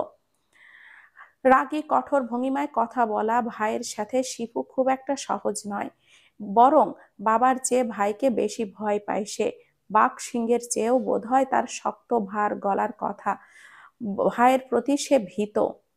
শিপু ক্যামেরাটা ব্যাকে রেখেই নিজের রুম থেকে বেরিয়ে যেতে লাগলো বাবার রুমের দিকে। স্ক্রিনে ভাসছে অ্যাশ কালারের টাইট ফিট উঁচু মাসেলে দেখানো হাফ হাতের টি শার্ট গায়ে দেওয়া একটা অস্থির মুখ। শিপু দ্রুত নিজের পা বাবার রুমের দিকে এগিয়ে নিয়ে গেলে ফোনের স্ক্রিনেই কপাল কুঁচকে তাকালো ইহাম। বিষয়টা একটু খেয়াল করতেই সত্বর বলে উঠল, ওয়েট শিপু। ভাইয়ের নিষেধ আজ্ঞা পেয়েই স্তব্ধ হয়ে দাঁড়িয়ে গেল শিপু। ফোনের স্ক্রিনে ভাসা দৃশ্য দেখে ইহাম নিজেও কপালের ভাঁজ আরো সরু হলো তার। এটা কি আদৌ সম্ভব? এটা ওই অভদ্র বেয়াদব মেয়েটাই? বিস্মিত নজরে খুঁটিয়ে খুঁটিয়ে দেখছে ইহাম। ইশাক চৌধুরী শুয়ে আছেন বিছানায়। তার পাশেই বসে মায়েরা মাঝারি আকার একটা প্লেট থেকে আঙ্গুল তুলে খোসা ছাড়িয়ে তার মুখে তুলে দিচ্ছে। দুজন বোধহয় কিছু নিয়ে কথাও বলছে। খানিক সময় নির্বাক থেকে মোটা গলায় বলে উঠল ইহাম, আব্বার কাছে ফোনটা দে। রোবটের মতো স্থির থাকা শিপু দ্রুত বাবার কাছে গেল দরজার কাছ থেকে। বাবার হাতে ফোনটা ধরিয়ে দিয়ে চঞ্চল কণ্ঠে বলল, আব্বু, ভাইয়া কল দিয়েছে, কথা বলো। ফোঁস করে একদম নিঃশ্বাস ছাড়লো শিপু। পাশেই মায়রাকে তার দিকে কুঞ্চন করে তাকিয়ে থাকতে দেখে মৃদু হাসার চেষ্টা করলো মেয়েটা। ভাবি, আমি যাই, তুমি বরং কথা শেষ হলে আমায় ডাক দিও। শিপু এক দৌড় দিয়ে ঘর থেকে বের হলো। ড্রয়িং রুম পেরিয়ে তার ঘরের দিকে এগিয়ে যেতে গিয়ে খেয়াল করলো তুহিনকে। শিপু টিপু, এগিয়ে আসো, স্নেক নিয়ে তোমার সাথে একটু গবেষণা করি। শিপু তুহিনের দিকে তাকিয়ে মুখটা ঝামটা দিয়ে নিজের ঘরে চলে গেল। ধড়াম করে দরজাটা লাগিয়ে দিতেই মুচকি হেসে উঠল ছেলেটা। নিজের রুমে একা একা বসে আছে মায়েরা বিবশ চিত্তে। তার ভাবনার মূল কেন্দ্রে ক্যাপ্টেন ফাহাদ ইহাম চৌধুরী। আচ্ছা, ওই লোকটার হৃদয় কি দিয়ে তৈরি? কলেজে শাড়ি পরা দেখা ওই মেয়েটাকে কি খুব ভালোবাসে সে, তাই তার থেকে সবসময় এড়িয়ে যায়? মানুষটা কি বুঝতে পারে না কিছুই? বাবা মার কথায় বিয়ের যখন করে এসে, তাহলে দায়িত্ব নিতে সমস্যা কি ওনার? কেন এতটা অবহেলা করে ওই মানুষটা? আচ্ছা, উনি বারবার কেন তাকে অভদ্র আর বেয়াদব বলে? সত্যি কি সে খুব বেশি বেয়াদবি করে নাকি? ওই মানুষটার সাথে একেবারে গলে যাওয়া কি তার সমীচীন? কই, বিয়ের 2.5 মাসেও তো সে একবারও তাকে কল দেয়নি মানুষটা, একটুও খোঁজ নেয়নি তার। উল্টো তাকে প্রথম সাক্ষাতেই কত ভয়ঙ্কর একটা কথা বলে দিল অনায়াসে। তবুও যদি একটু ভালো ব্যবহার করে দুই একটা কথা বলতো, হতে পারে সে কষ্টের তাড়নায় সেই দিন একটু রাগ দেখিয়েছে। কিন্তু সেই পাষাণ মানুষটা কি করলো? তাকে কি ভালো করে বুঝিয়ে একটু কিছু বলা যেত না? বরঞ্চ তাকে অভদ্র বেয়াদব তকমা দিয়েছে সে। তাকে অনায়াসে বলে দিল তার প্রতি ওই মানুষটার কোনো আগ্রহ নেই, তাকানোর সময় নেই। এই কষ্টগুলি, এই যন্ত্রণাগুলি ওই মানুষটা কেন একটুও বোঝার চেষ্টা করে না? এতটা যন্ত্রণা পাওয়ার পরও কি একবারেও হাওয়ায় মিঠাই হয়ে যাবে সে? তাহলে এটাই থাকলো, কাল বা পরশু আমরা রওনা দিব রাঙামাটি, কি বলিস? আচমকা ভাইয়ের মুখে এই কথা শুনে চমকে উঠল মায়েরা। সকল বিবশ ভাব মুহূর্তেই পরিবর্তন হলো বিস্ময়ে। কপাল কুঁচকে সে তার ঘরের বাহিরে ভাইয়ের কথার আর পাতল। আচ্ছা, তুই সবকিছু রেডি কর, সকলকে ইনফর্ম করে দে। ফোনের অপর পাশে থেকে কথাটা শোনা হলো না মায়রার। তবে তার ভাই হু হ্যাঁ করে ওকে ওকে করতে করতে কলটা কাটলো। তুহিন পা বাড়ানোর আগেই বিদ্যুৎ গতিতে মায়রা এগিয়ে এলো। হুট করেই জড়িয়ে ধরলো ভাইয়ের হাত। শুরু হলো আকুতি মিনতি, পায়ে পর্যন্ত পড়লো তার ভাইয়ের। অবশেষে তেলবাজি করতে করতে বজ্জাত ভাই জানালো, ঠিক আছে, তাহলে তোর ননদকেও রাজি করতে হবে। বিস্ময়ে হতবাকে মায়েরা প্রশ্ন করলো, ভাইয়া, মাথা ঠিক আছে তোমার? ও অনেক ছোট, তুমি ওকে। দরকার পড়লে কাবিন করে 10 বছর রাখবো, তবুও ওই কালনাগিনীকেই চাই আমার। বাকিটা তুই ভাব, যেতে চাস নাকি না? শীষ বাজাতে বাজাতে তুহিন চলে গেল। মায়েরা পড়ল এক চিন্তায়। কিছুক্ষণ দোটানা করতে করতে স্থির করলো নিজের মন। আচমকা ইহামকে কল্পনা করতে করতে অন্য মনস্ক হয়ে বিড়বিড় করলো, আমি যা ভেবে আপনার দ্বারস্থ হচ্ছি সেটা আদৌ সম্ভবপর হবে কি ক্যাপ্টেন ফাহাদ ইহাম চৌধুরী? রজনী বোধহয় তখন 10টার উপরে। ইহাম নিজের বরাদ্দকৃত রুমে একা বসে আছে। নভেম্বর মাসের শেষ দিক চলে, তবুও ঠান্ডার খুব বেশি কোনো নাম দাম নেই। পার্বত্য এলাকা বিধায় হিমেল হাওয়া বয় শরীরে। খুব ভোরে মৃদু কুয়াশাও দেখা যায়, অথচ শহরে গরমের অন্ত নেই। মৃদু কুয়াশাচ্ছন্ন রাত্রির অনেকটা উঁচুতেই তাদের অবস্থানরত কটেজটা। ইট পাথরের তৈরি হলেও ভেতরটা দেখলে নিঃসন্দেহে কেউ বলবে কাঠের তৈরি ঘর। চারিদিকে ঘন গাছপালার ভিড়ে কাঠের কুটিরের ফিল দিতেই বুঝি এদের এই ব্যবস্থা। বেশ আরাম আর স্বস্তি পাওয়া যায় রুমের ভেতর। দৃষ্টির অদূরে মৃদু নিহার ঘেরা আবসা গাছপালার দিকে নিবদ্ধ থাকলেও তার অবচেতন মন আওড়াচ্ছে মায়রাকে। কি সাংঘাতিক ব্যাপার! হুটহাট বেয়াদবটাও মনে চলে আসে তার। এই অনাকাঙ্ক্ষিত আগমনের কারণটা কি? মেয়েটা কি কাল খুব জোর দেখিয়েছে তার ওপর? বারবার স্বামী স্ত্রী কথাটাও উল্লেখ করছিল। আচ্ছা, মেয়েটা কি চায়? মায়ের কাছে কিছু বলায় মেয়েটা কি রাগ ঝাড়লো? আর কি যেন বলছিল সে, তার ব্যক্তিগত রুমটা ওর হবে? হঠাৎ গাধা মেয়েটা এমন কেন বলল? কি বোঝাতে চাইলো সে? কি জানি, অত সব ভাবনা আসছে কেন তার মাথায়। কিন্তু বিবেকের ঘর থেকে গায়েবী আওয়াজ ভাসছে কানে। তারা আলোড়ন তুড়ে কিছু একটা বলতে ব্যস্ত। কি মনে করে সে নিজের ফোনটা তুলে নিল টেবিলের ওপর থেকে। হোয়াটসঅ্যাপে গিয়ে চেক করে নিল মায়েরা অ্যাক্টিভ কিনা। ওকে লাইনে না পেয়ে সরাসরি কল দিল নাম্বারে, কিন্তু ফোনটা বন্ধ। বিরক্ত ভাব নিয়ে টেবিলের ওপর আবারও রেখে দিতে চাইলেই স্বস্তি পেল না। তাই কন্টাক্ট লিস্টে গিয়ে শাশুড়ির নাম্বারটা খুঁজে খুঁজে বের করলো। প্রচন্ড দ্বিধা জড়তা নিয়ে অবশেষে কল করেই ফেললো ফাতেমা বেগমের নাম্বারটায়। একা একটা ঘরে টিভিতে মন বসাতে পারছেন না ফাতেমা বেগম। ছেলে মেয়ে স্বামী কেউ নেই বাড়িতে। স্বামী মাহিন সাহেব অফিস থেকে একটু পরই চলে আসবেন। ফাঁকা বাসায় কাজও শেষ হয়ে গিয়েছে। টিভিতে ওনার পছন্দের সিরিয়াল চলছে, তবুও বুঝি উনি শান্তি পাচ্ছেন না। বড্ড নিঃসঙ্গ বোধ ওনাকে বিহ্বল করে তুলেছে ক্রমশ। আচমকা ঘর থেকে কল টোনের আওয়াজ পেতেই হন্তদন্ত হয়ে ড্রয়িং রুম থেকে উঠলেন। বসার রুম পেরিয়ে যেতে যেতে কলটা কেটেও গেল। কপাল কুঁচকে মধ্যবয়সী ফাতেমা বেগম চেক করতে গেলেন কে কল দিল। তবে তার আগেই স্ক্রিনে বড় বড় অক্ষরে লেখা ভেসে উঠল ইহাম বাবা। সময় ক্ষয় না করেই তিনি কলটা রিসিভ করতেই অপর পাশ থেকে শান্তভাবে সালাম আসতেই তৃপ্তি প্রশান্তিতে মুচকি হেসে ওঠেন তিনি। হাসি মুখে সালামের জবাব নিয়ে নিজেই বলেন, ইহাম বাবা কেমন আছো? ওপাশ থেকে ক্ষীণ অথচ ভরাট গলায় জবাব দিল, জি ভালো আছি আম্মু। আপনি কেমন আছেন? আব্বু ভালো আছেন? মুচকি হাসলেন ফাতেমা বেগম। ধীরে এগিয়ে গিয়ে আবারও বসলেন সোফায়। ছেলেটা আসলে ভীষণ মার্জিত নম্র স্বভাবের। মেপে চেপে কথা বলতে জানে। প্রফুল্ল চিত্তে উত্তর দিলেন তিনি, এই তো বাবা আলহামদুলিল্লাহ, আল্লাহ ভালোই রাখছেন। তোমার খবর কি বাবা? খাওয়া দাওয়া ঠিক মতো করো তো নাকি? জি আম্মু, আসলে আমি মায়রার ফোনে কল দিয়েছিলাম, কিন্তু ওর ফোনটা বন্ধ আসছে। আপনি কি ওকে একটু ডেকে দিবেন? ইহামের কথায় কপাল কুঁচকে আনলেন তিনি। মেয়েটাকে জামাইকে জানায়নি? কই, তাকে জিজ্ঞাসা করার পর তো সে বারবার বলেছে ইহাম সব জানে, অনুমতি নিয়েছে সে। তবে কি মেয়ের ওনার কাছে মিথ্যা বলল? এই কারণেই তিনি একদম রাজি হয়নি যেতে দিতে। অকুণ্ঠ কণ্ঠে বললেন তিনি, বাবা মায়েরা তো তুহিনের সাথে আজ ট্যুরের জন্য বের হয়েছে। কেন, তুমি কিছু জানো না? বড্ড ইতস্থ বোধ হয়ে পড়ে গেল ইহাম। ভেতরের বিচলিত ভাব বাড়ল তার। সম্মানীয় শাশুড়িকে কি করে বলে ওনার বেয়াদব মেয়েটার সাথে সে কথা বলে না?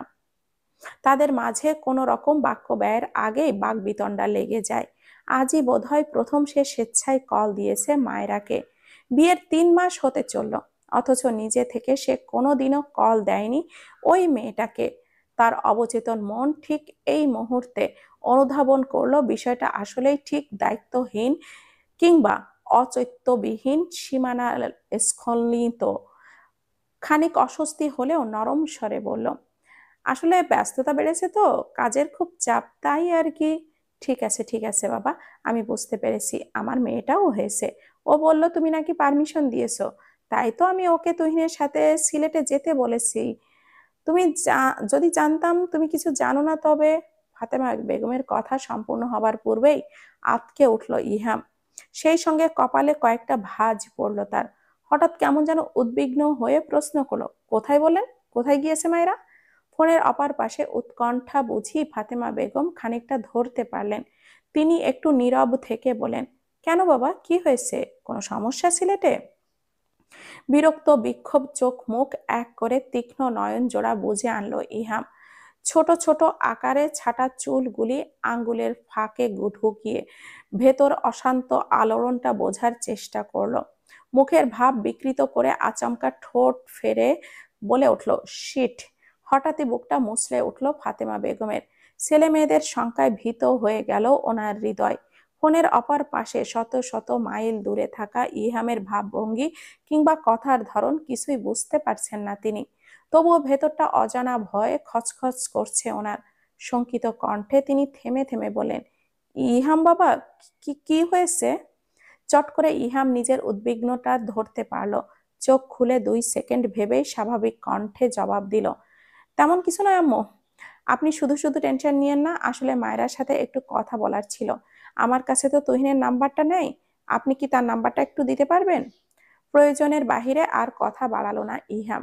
সে চুপ করতেই সংশয় জড়ানো কণ্ঠে ফাতেমা বেগম বলার চেষ্টা করলেন, ঠিক আছে, তবে সত্যি কোনো চিন্তার কারণ নেই তো বাবা? একদম না, আপনি চিন্তা করবেন না। আর তুহিনের নাম্বারটা দিবেন আম্মু? আমি নাম্বারটা খাতায় তুলে তোমায় কল করছি বাবা। আচ্ছা, রাখছি তবে। ইহাম কল কাটতেই তার মুখে আবারও চিন্তার গম্ভীর ভাব ফুটে উঠেছে। এই প্রথম মায়রাকে নিয়ে বেশ চিন্তা হচ্ছে তার। চোখে মুখে করুণ একটা ভাবের সাথে ক্ষোভ মিলে মিশে একাকার হয়ে উঠেছে। মিশ্র অনুভূতিতে বড্ড চঞ্চল তার ভেতর। চিন্তিত মুখশ্রীতে এক হাত কটি দেশে ঠেকিয়ে অন্য হাত দিয়ে চোখ মুখ ঢাকলো সে। কিছুক্ষণ ওভাবেই নীরব থেকে তার বেসামাল দুশ্চিন্তা আর উদ্বেগ হজম করার চেষ্টা করলো। শান্ত স্থির থাকলেও তার ভেতরটা অস্থির শঙ্কায় ব্যাকুল হয়ে উঠেছে।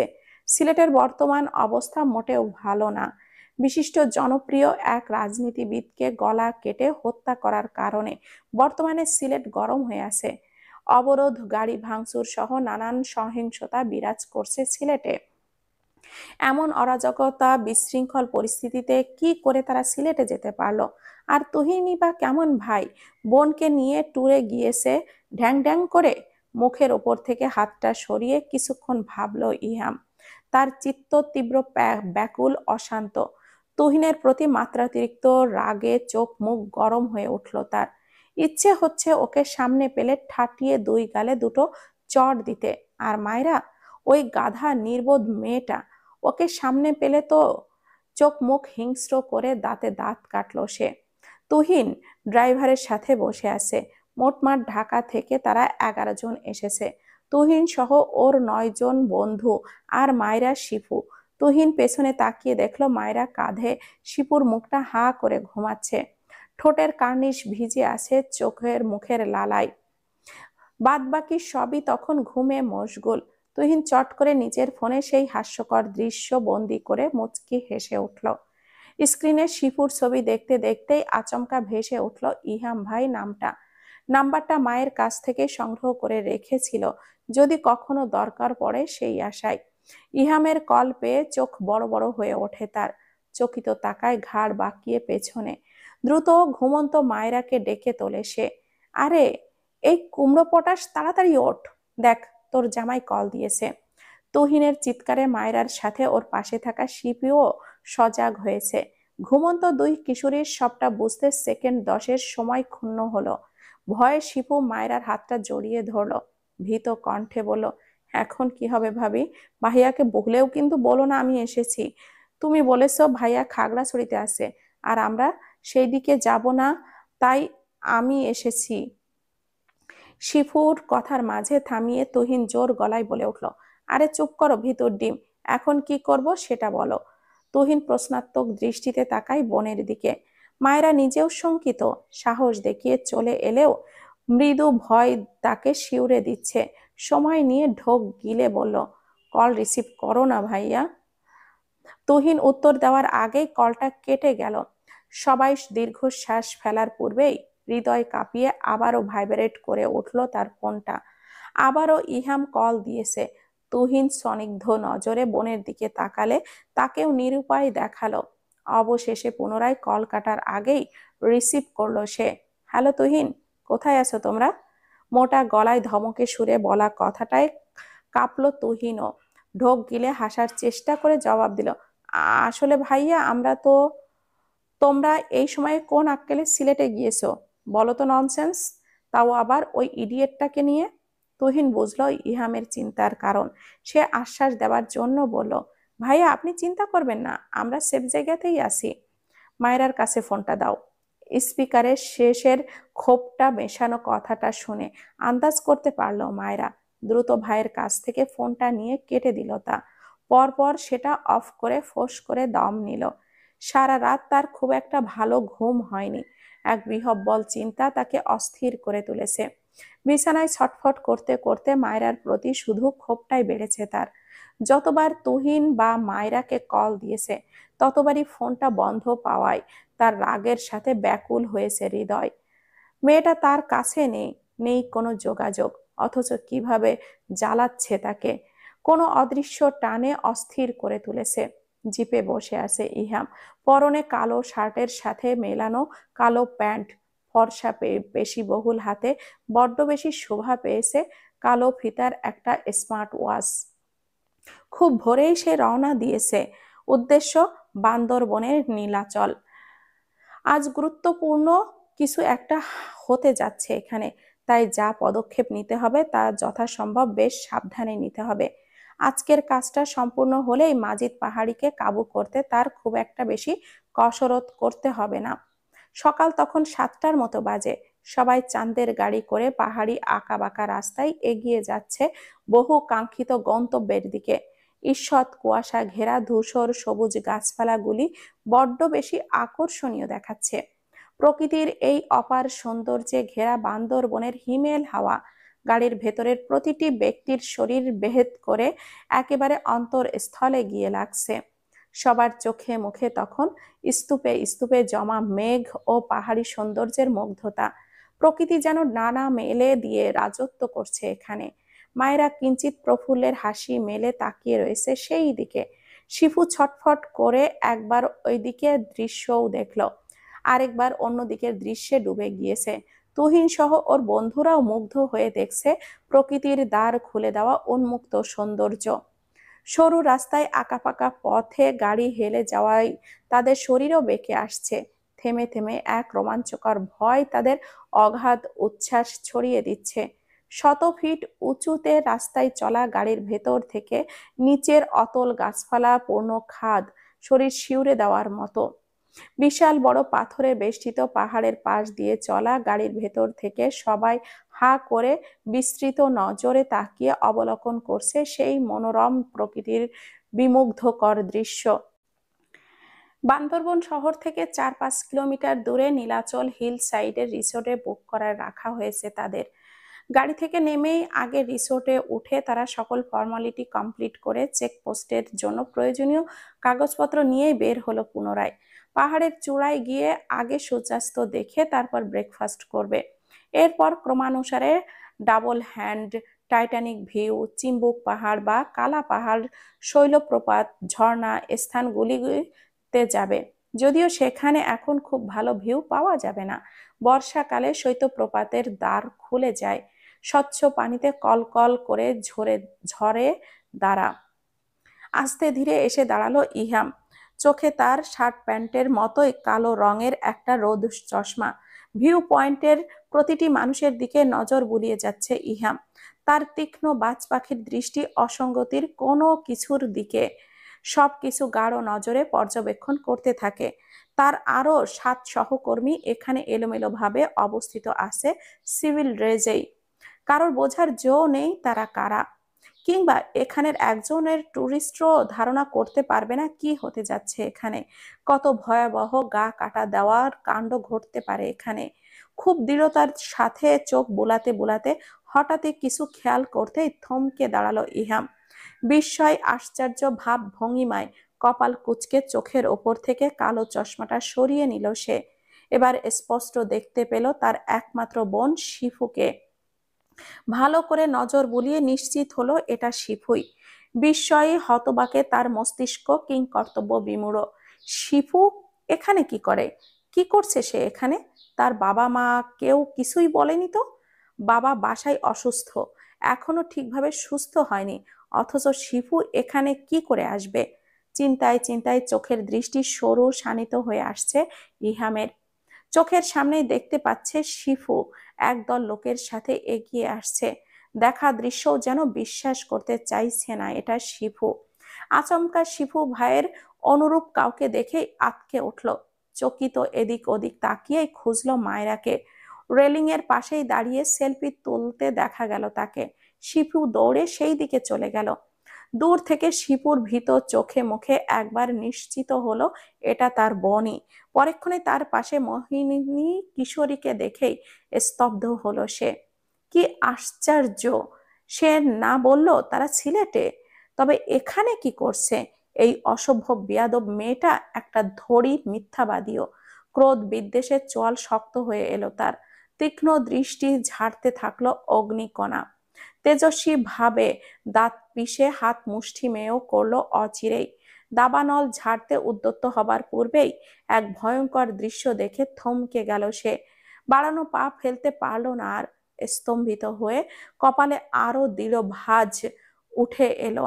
এই মারাত্মক দৃশ্যটার জোর বুঝি থমকে দিয়েছে তার কঠোর হৃদয় যন্ত্রটাও। সুরের কুসুম কোমল মিষ্টি আভা ছড়িয়ে গিয়েছে চারিদিকে। মাথার ওপর তপন মেলে ধরলেও খুব বেশি তেজ লাগছে না গায়ে। শহরের মতো ঝলসানো গরমটা নেই এখানে। শীতের আগাম বার্তা এই হিমেল হাওয়া জানান দিচ্ছে। শত শত টুরিস্টের ভিড়ের আনাগোনা। তবুও ইহাম কপাল কুঞ্চন করে চিন্তিত ভঙ্গিতে তাকিয়ে আছে মায়রার দিকে। ভেতরের মিহি শঙ্কা তাকে এই মুহূর্তে নির্বোধ করে দিয়েছে পুরো দমে। ওই তো চোখের সামনে ভাসছে মায়রার ভীত সংশয় জাপটানো কাতর মুখশ্রীটা। খুব ধীরে ইহাম আবারও তাকালো মায়রার পায়ের দিকে। রেলিং এর কা ঘেঁষে তার পাটা বেকায়দায় পড়ে আছে। সেটা কি ওই বোকা গাধা মেয়েটা বুঝতে পারছে না? আরেকটু বেকায়দা হলে সোজা পা ভাঙবে, নয়তো একদম পগার পাড়। শিফু আতঙ্ক নিয়ে একদম মায়রার গা ঘেঁষে দাঁড়িয়ে আছে, যেন সে মায়রার ভেতরেই লুকিয়ে যাবে। এদিকে ভীত ত্রস্তে কাবু হয়ে থাকা মায়রার দিন দুনিয়া ভুলে তাকিয়ে আছে ইহামের দিকে। তার মূল চিন্তার বিষয় এখন হবেটা কি? ওই লোকটা এভাবে নিভৃতে তাকিয়ে আছে কেন? এটা বুঝতে মনোযোগ সেই দিকে দিলে শিফুর আরেকটু গা ঘেঁষে মনে হলো সে নিজের পায়ের ওপর ব্যালেন্স রাখতে পারলো না। আচমকা শরীর দুলিয়ে তার মনে হলো কোনো একটা অঘটন ঘটে গিয়েছে। বুকটা ধক করার সাথে সাথেই কম্পিত ভারসাম্যহীন শরীরটা নড়ে চড়ে উঠল। কিছু বুঝে ওঠার আগেই পায়ের ব্যথায় মুখ খিচে রাখলো সে। ধীরে ধীরে চোখ মেলে তাকিয়ে দেখতে পেল ইহাম হাঁটু ভাঁজ করে তার সামনেই বসে আছে। চোয়াল শক্ত দৃঢ় করে পাটা ছেড়ে অগ্নিচক্ষু নিয়ে উঠে দাঁড়ালো সে। কিছু বলা কিংবা বুঝে ওঠার আগেই মায়রার গালে ঠাস করে একটা চড় বসিয়ে দিল সে। অনাকাঙ্ক্ষিত এক চড়ে ভীষণ লজ্জা বিচলতায় মায়রা আর মাথা তুলে তাকালো না। ইহাম তখনও ক্রোধে জ্বলতে থাকা দুটি চোখ নিয়ে তাকিয়ে আছে মায়রার দিকে। এক্ষুনি যদি ছুটে এসে পাটা না সামলাতো, তাহলে কোনো ভয়াবহ কাজ হতো এ নিয়ে মেয়েটার কোনো ধারণা আছে? উপস্থিত অনেক মানুষ উৎসুক দৃষ্টিতে তার দিকেই তাকিয়ে থাকলেও কেউ কেউ সেই দিকে পাত্তা দিল না। পাশেই তুহিন দাঁড়িয়েছিল। শিফু ভয়ে তার পেছনে লুকিয়ে আছে। তুহিনের বাকি বন্ধুগুলিও নির্বাক উৎসুক নজরে তাকিয়ে রয়েছে তাদের দিকে। কিন্তু তুহিন কেমন যেন ফুঁসে উঠল। বিষয়টা তার একটুও ভালো লাগলো না। এতগুলো মানুষের সামনে বোনের গায়ে হাত তোলাটা একদমই মেনে নিতে পারছে না সে। চাপা ক্ষোভ নিয়ে সে কিছু বলতে যাবে, তার আগে ইহাম হাত বাড়িয়ে তাকে থামতে ইশারা দিল। বিক্ষুব্ধ স্বরে হিস হিস করে ইহাম জানালো, একটাও কথা বলবে না তুমি তুহিন? একদম চুপ। এতটা ম্যাচিউর হয়েও কি করে এমনটা নির্বোধের মতো কাজ করতে গেলে তুমি? বাড়ির সবাইকে মিথ্যা বলে কেন ওকেও নিয়ে আসতে গেলে তুমি? তোমার কোনো ধারণা আছে এই মুহূর্তে জায়গাটা কতটা বিপজ্জনক? আর শিপু, তুই এখানে কি করছিস হারামির বাচ্চা? তোকে এখানেই পুঁতে ফেলবো আমি। ইহাম তেড়ে আসতেই শিপু একেবারে নিজেকে আড়াল করে নিল, ভাইয়ের সামনে ঠেলে দিল তুহিনকে। তুহিন নীরবে ফুঁসলেও খেয়াল দিল, তাকালো ইহামের দিকে। তাকে কেমন যেন উদ্ভ্রান্তের মতো দেখাচ্ছে। ব্যগ্র বিচলিত ভাব ছেলেটাকে অস্থির ব্যাকুল করে তুলেছিল। সবকিছু কেমন যেন ছন্ন ছাড়া লাগছে। সাজানো পরিকল্পনাটা বিগড়ে গিয়ে মেজাজটা চটিয়ে দিচ্ছে তার। ছন্দপতনের ক্ষোভটা তার মুখে হিংস্রভাবে ফুটে উঠেছে। সে আবার পা বাড়ালো মায়রার দিকে। মেয়েটা এখনো মাথা তুলে তাকায়নি পর্যন্ত। নীরবে অশ্রু বিসর্জন দিচ্ছে দেখে সেও বুঝি তার মনোভূত হলো না। বিদ্বেষে তার বাহু চেপে চিবিয়ে বলল, এই মেয়ে, বাসার সবাইকে মিথ্যা বলে কেন এখানে আসলে? নীরব না থেকে আনসার দাও, ড্যাম ইট। ইহাম মায়রার বাহু শক্ত হাতে খামছে রেখেই ঝাঁকিয়ে উঠল তাকে। মেয়েটা একদম নির্লিপ্ত নিস্তেজ ভাবে তখনও মাথা নুইয়ে রেখেছে। ভুল ক্রমেও একটি বারও নত মস্তক উপরে তুলে তাকায়নি তার দিকে। তার লম্বা উন্মুক্ত চুল দিয়ে মুখের একরাশ একেবারে ঢেকে আছে। চোখের কার্নিশ বেয়ে পড়া শুভ্র কণা এক পলক দেখে ছেড়ে দিল মায়রার বাহু। খামছে রাখা হাতটা আস্তে আস্তে ঢিলে করে দূরে সরে এলো। এক পাশে গিয়ে চোখটা বন্ধ করে কয়েক সেকেন্ড নীরবেই ভাবলো কিছু। এক্ষুনি এদের সবাইকে এখান থেকে পাঠিয়ে দিতে হবে। ইমিডিয়েটলি ওদের এই জায়গা থেকে দূরে সরাতে হবে। তাহলে সবকিছু পরিকল্পনা মাফিক করতে খুব বেশি ঝামেলা পোহাতে হবে না। ইহা মায়রার দিকে তাকালো। ওর করুণ মুখটা দেখে আচমকাই হু হু করে উঠল হৃদয়টা। কোথাও যেন উৎপীড়ন অনুভব করলো খানিক। তবুও নিজেকে সামলে ফোঁস করে দম নিল। ক্ষীণ গলায় কিছু বলতে যাবে, তার আগে হট্টগোল লেগে গেল বুঝি। সবার বিশৃঙ্খল কোলাহলে চমকে ইহাম ঘাড় বাঁকিয়ে তাকালো সেই দিকে। একটা লোক 4 বছরের একটা বাচ্চাকে রেলিং এর ওপর উঠিয়ে রেখেছে, গলায় ছুরি ঠেকানো। আস্তে ধীরে পিস্তল ছুরি দিয়ে 10-12 জনকে কাবু করে নিল দুর্বৃত্তের 9 জন লোক। অতর্কিত হামলায় কিছুটা অপ্রস্তুত হয়ে গিয়েছে ইহাম নিজেও। আচমকা সে চোখের পলকে প্যান্ট থেকে নিজের পিস্তল তাক করলো রেলিং এর ওপরে বাচ্চাটার গলার ছুরি ধরা লোকটার দিকে। মুহূর্তেই হাউ খাউ ছোটাছুটি শুরু হতেই সন্ত্রাসবাদী একজন রুক্ষ তিরিক্ষি গলায় চেঁচিয়ে উঠল, ওই, একদম চুপ কইরা খাড়া কইতাছি, নয়তো সব কয়টার মাথা খুলি উড়াইয়া দিমো। সবার মাঝে আতঙ্ক ছেয়ে গিয়েছে, শুধু কান্নাকাটি আর চাপা আর্তনাদের সুর খালি। ইহামের ইশারা দেওয়াতে তার বাকি 2 সঙ্গীও নিজেদের রিভলভার তাক করেছে ধ্বংসাত্মকদের দিকে। ইহাম শান্ত স্বরেই বলল, আপনারা কেউ ঘাবড়াবেন না, আমরা প্রশাসনের লোক, আপনারা প্লিজ একটি নীরবে থাকুন, কোঅপারেট করুন আমাদের সাথে। তুই আমাদের বাস ছিঁড়তে পারবি না। আমাদের ওস্তাদের পরে কথা, পাছার মোড়ে ঘুইরা দেখ একবার, হালা বাই। ইহাম সতর্কতার সাথে পেছন ঘুরল। চোখের সামনে করুণ দৃশ্য একদম বিহ্বল করে দিতে সক্ষম হলো। মায়রার ভয়ার্ত শঙ্কিত চোখ মুখটা সরাসরি তার বুকে বিঁধল তীক্ষ্ণ বাণের মতো। হৃৎপিণ্ড কামড়ে উঠল তার। নামমাত্র এক সম্পর্কের জোরে এই মেয়েটার জন্যে তার ভেতরটা এতটা চিনচিন করছে। কেন ওরা এখানে আসতে গেল? তার সব পরিকল্পনা ছিন্ন ভিন্ন করে তাকে এমন অসহায় পরিস্থিতিতে ফেললো কেন মায়রা? মায়রার গলার খুব জোরালো ভাবে ধরে রাখা ছুরিটার দিকে তাকিয়ে 1 মিনিটের জন্য নিজেকে উন্মত্ত লাগলো নিজের কাছে।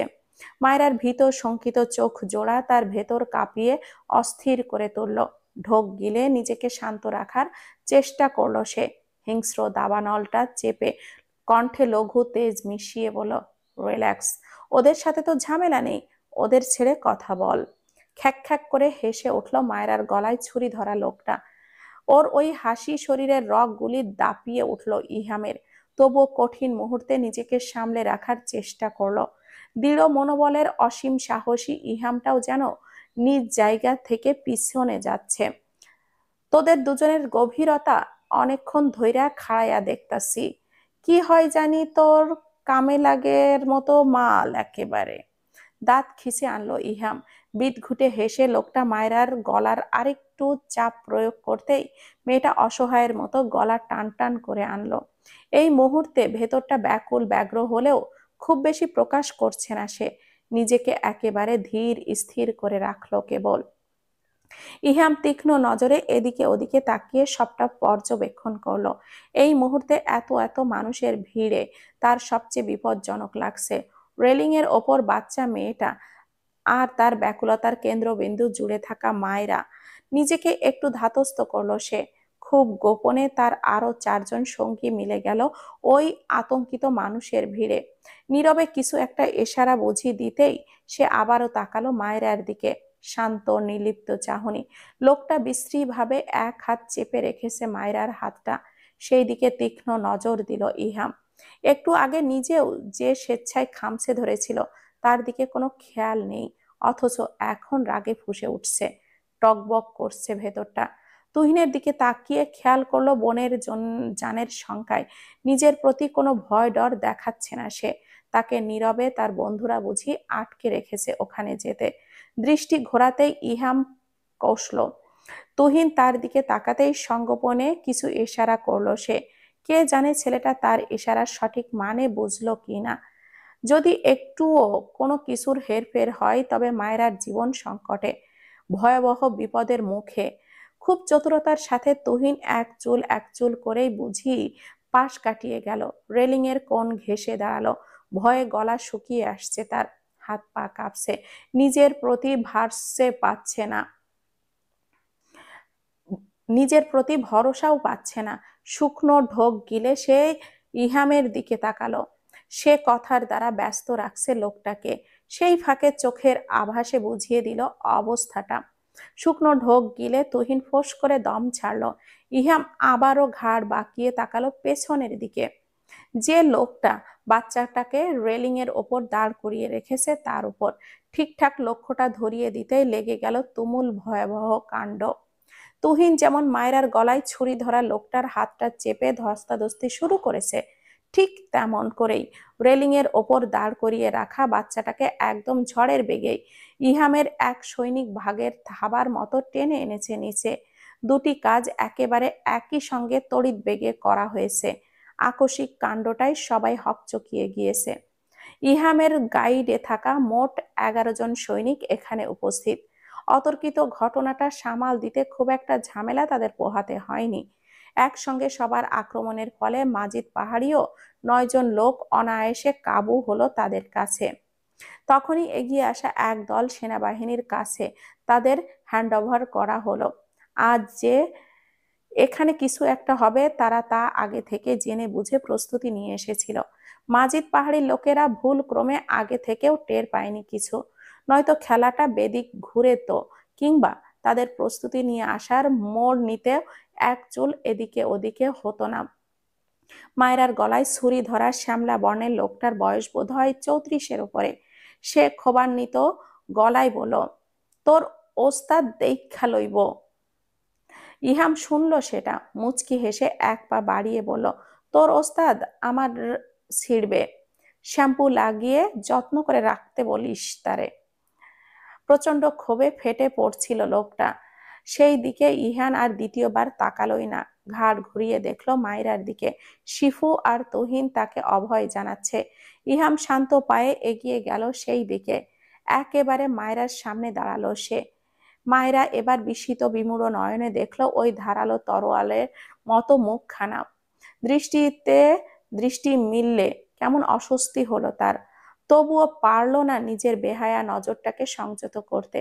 কেমন কাটকাট গলায় জিজ্ঞাসা করলো, অলরাইট? মায়েরা জবাব দিতে পারল না, কেবল মানুষটার দিকে ছুড়ে দিয়েছে তার নির্লিপ্ত চাহনি। ভাইকে দেখা মাত্র শিফু একটু চেপে দাঁড়ালো। তুহিনের থেকে খানিকটা দূরত্ব রেখে তুহিন সেটা পরখ করে তাকালো ইহামের দিকে। তখনকার ওই রাগের সবটা বুঝলো তুহিন। ফলশ্রুতিতে ভেতরের বিদ্বেষ শিথিল হলো তার। কারোর কাছে পানি আছে? থাকলে ওকে দাও। ইহাম কথা শেষ করতেই ডিউটিরত একজন সেনাবাহিনীকে একটু দূরে নিয়ে কিছু বলল। এমন ভয়াবহ কাণ্ডে এমনিতে মানুষের ভিড় কমে গিয়েছে। এরপর আস্তে আস্তে সকলকে জায়গা খালি করতে বলা হলো। একে একে সবাই চলে গেলে ইহাম পা বাড়ালো মায়রাদের দিকে। তীক্ষ্ণ দৃষ্টি ছুড়ে মায়রাকে দেখলো এক পলক। ভেতরটা হঠাৎই এত শীতল বাতায়নে পূর্ণ হলো কেন? পরক্ষণে সামলে বলল, যেভাবে এখানে এসেছো ঠিক সেভাবেই আজ বান্দরবন থেকে ঢাকায় ফিরবে সকালে, নয়তো বান্দরবনের বাদর দিয়ে তোমাদের চুল ছেড়াবো। ইহামের কথায় সবার মাথার ভাঁজ ভেঙে পড়ল। কি বলে এই লোক? এত কষ্ট করে গাড়ি রিজার্ভ করে এসেছে, কিছু দেখলো না, অথচ এই লোক কেমনে এইসব বলে? তুহিনের সব বন্ধুরা কপাল কুঁচকে সন্দিহানী নজরে তার দিকে তাকালো। তার মানে কি নিজেদের সাথে দুই লেডিস আনার অপরাধে তাদের বয়কট করা হচ্ছে বান্দরবন থেকে? কি ঝঞ্ঝাটা ব্যাপার স্যাপার। ইহাম আবারও সবার দিকেই চোখ বোলালো, অতঃপর শান্ত রাশভারী কণ্ঠে বলল, আগামী 2 দিন হয়তো সব টুরিস্ট এরিয়া বন্ধ থাকবে নিরাপত্তার জন্য। সেখানে আর্মির টহল চলবে কেবল। এখানে যদি ঘুরতেই না পারো তবে থেকে কি করবে তোমরা?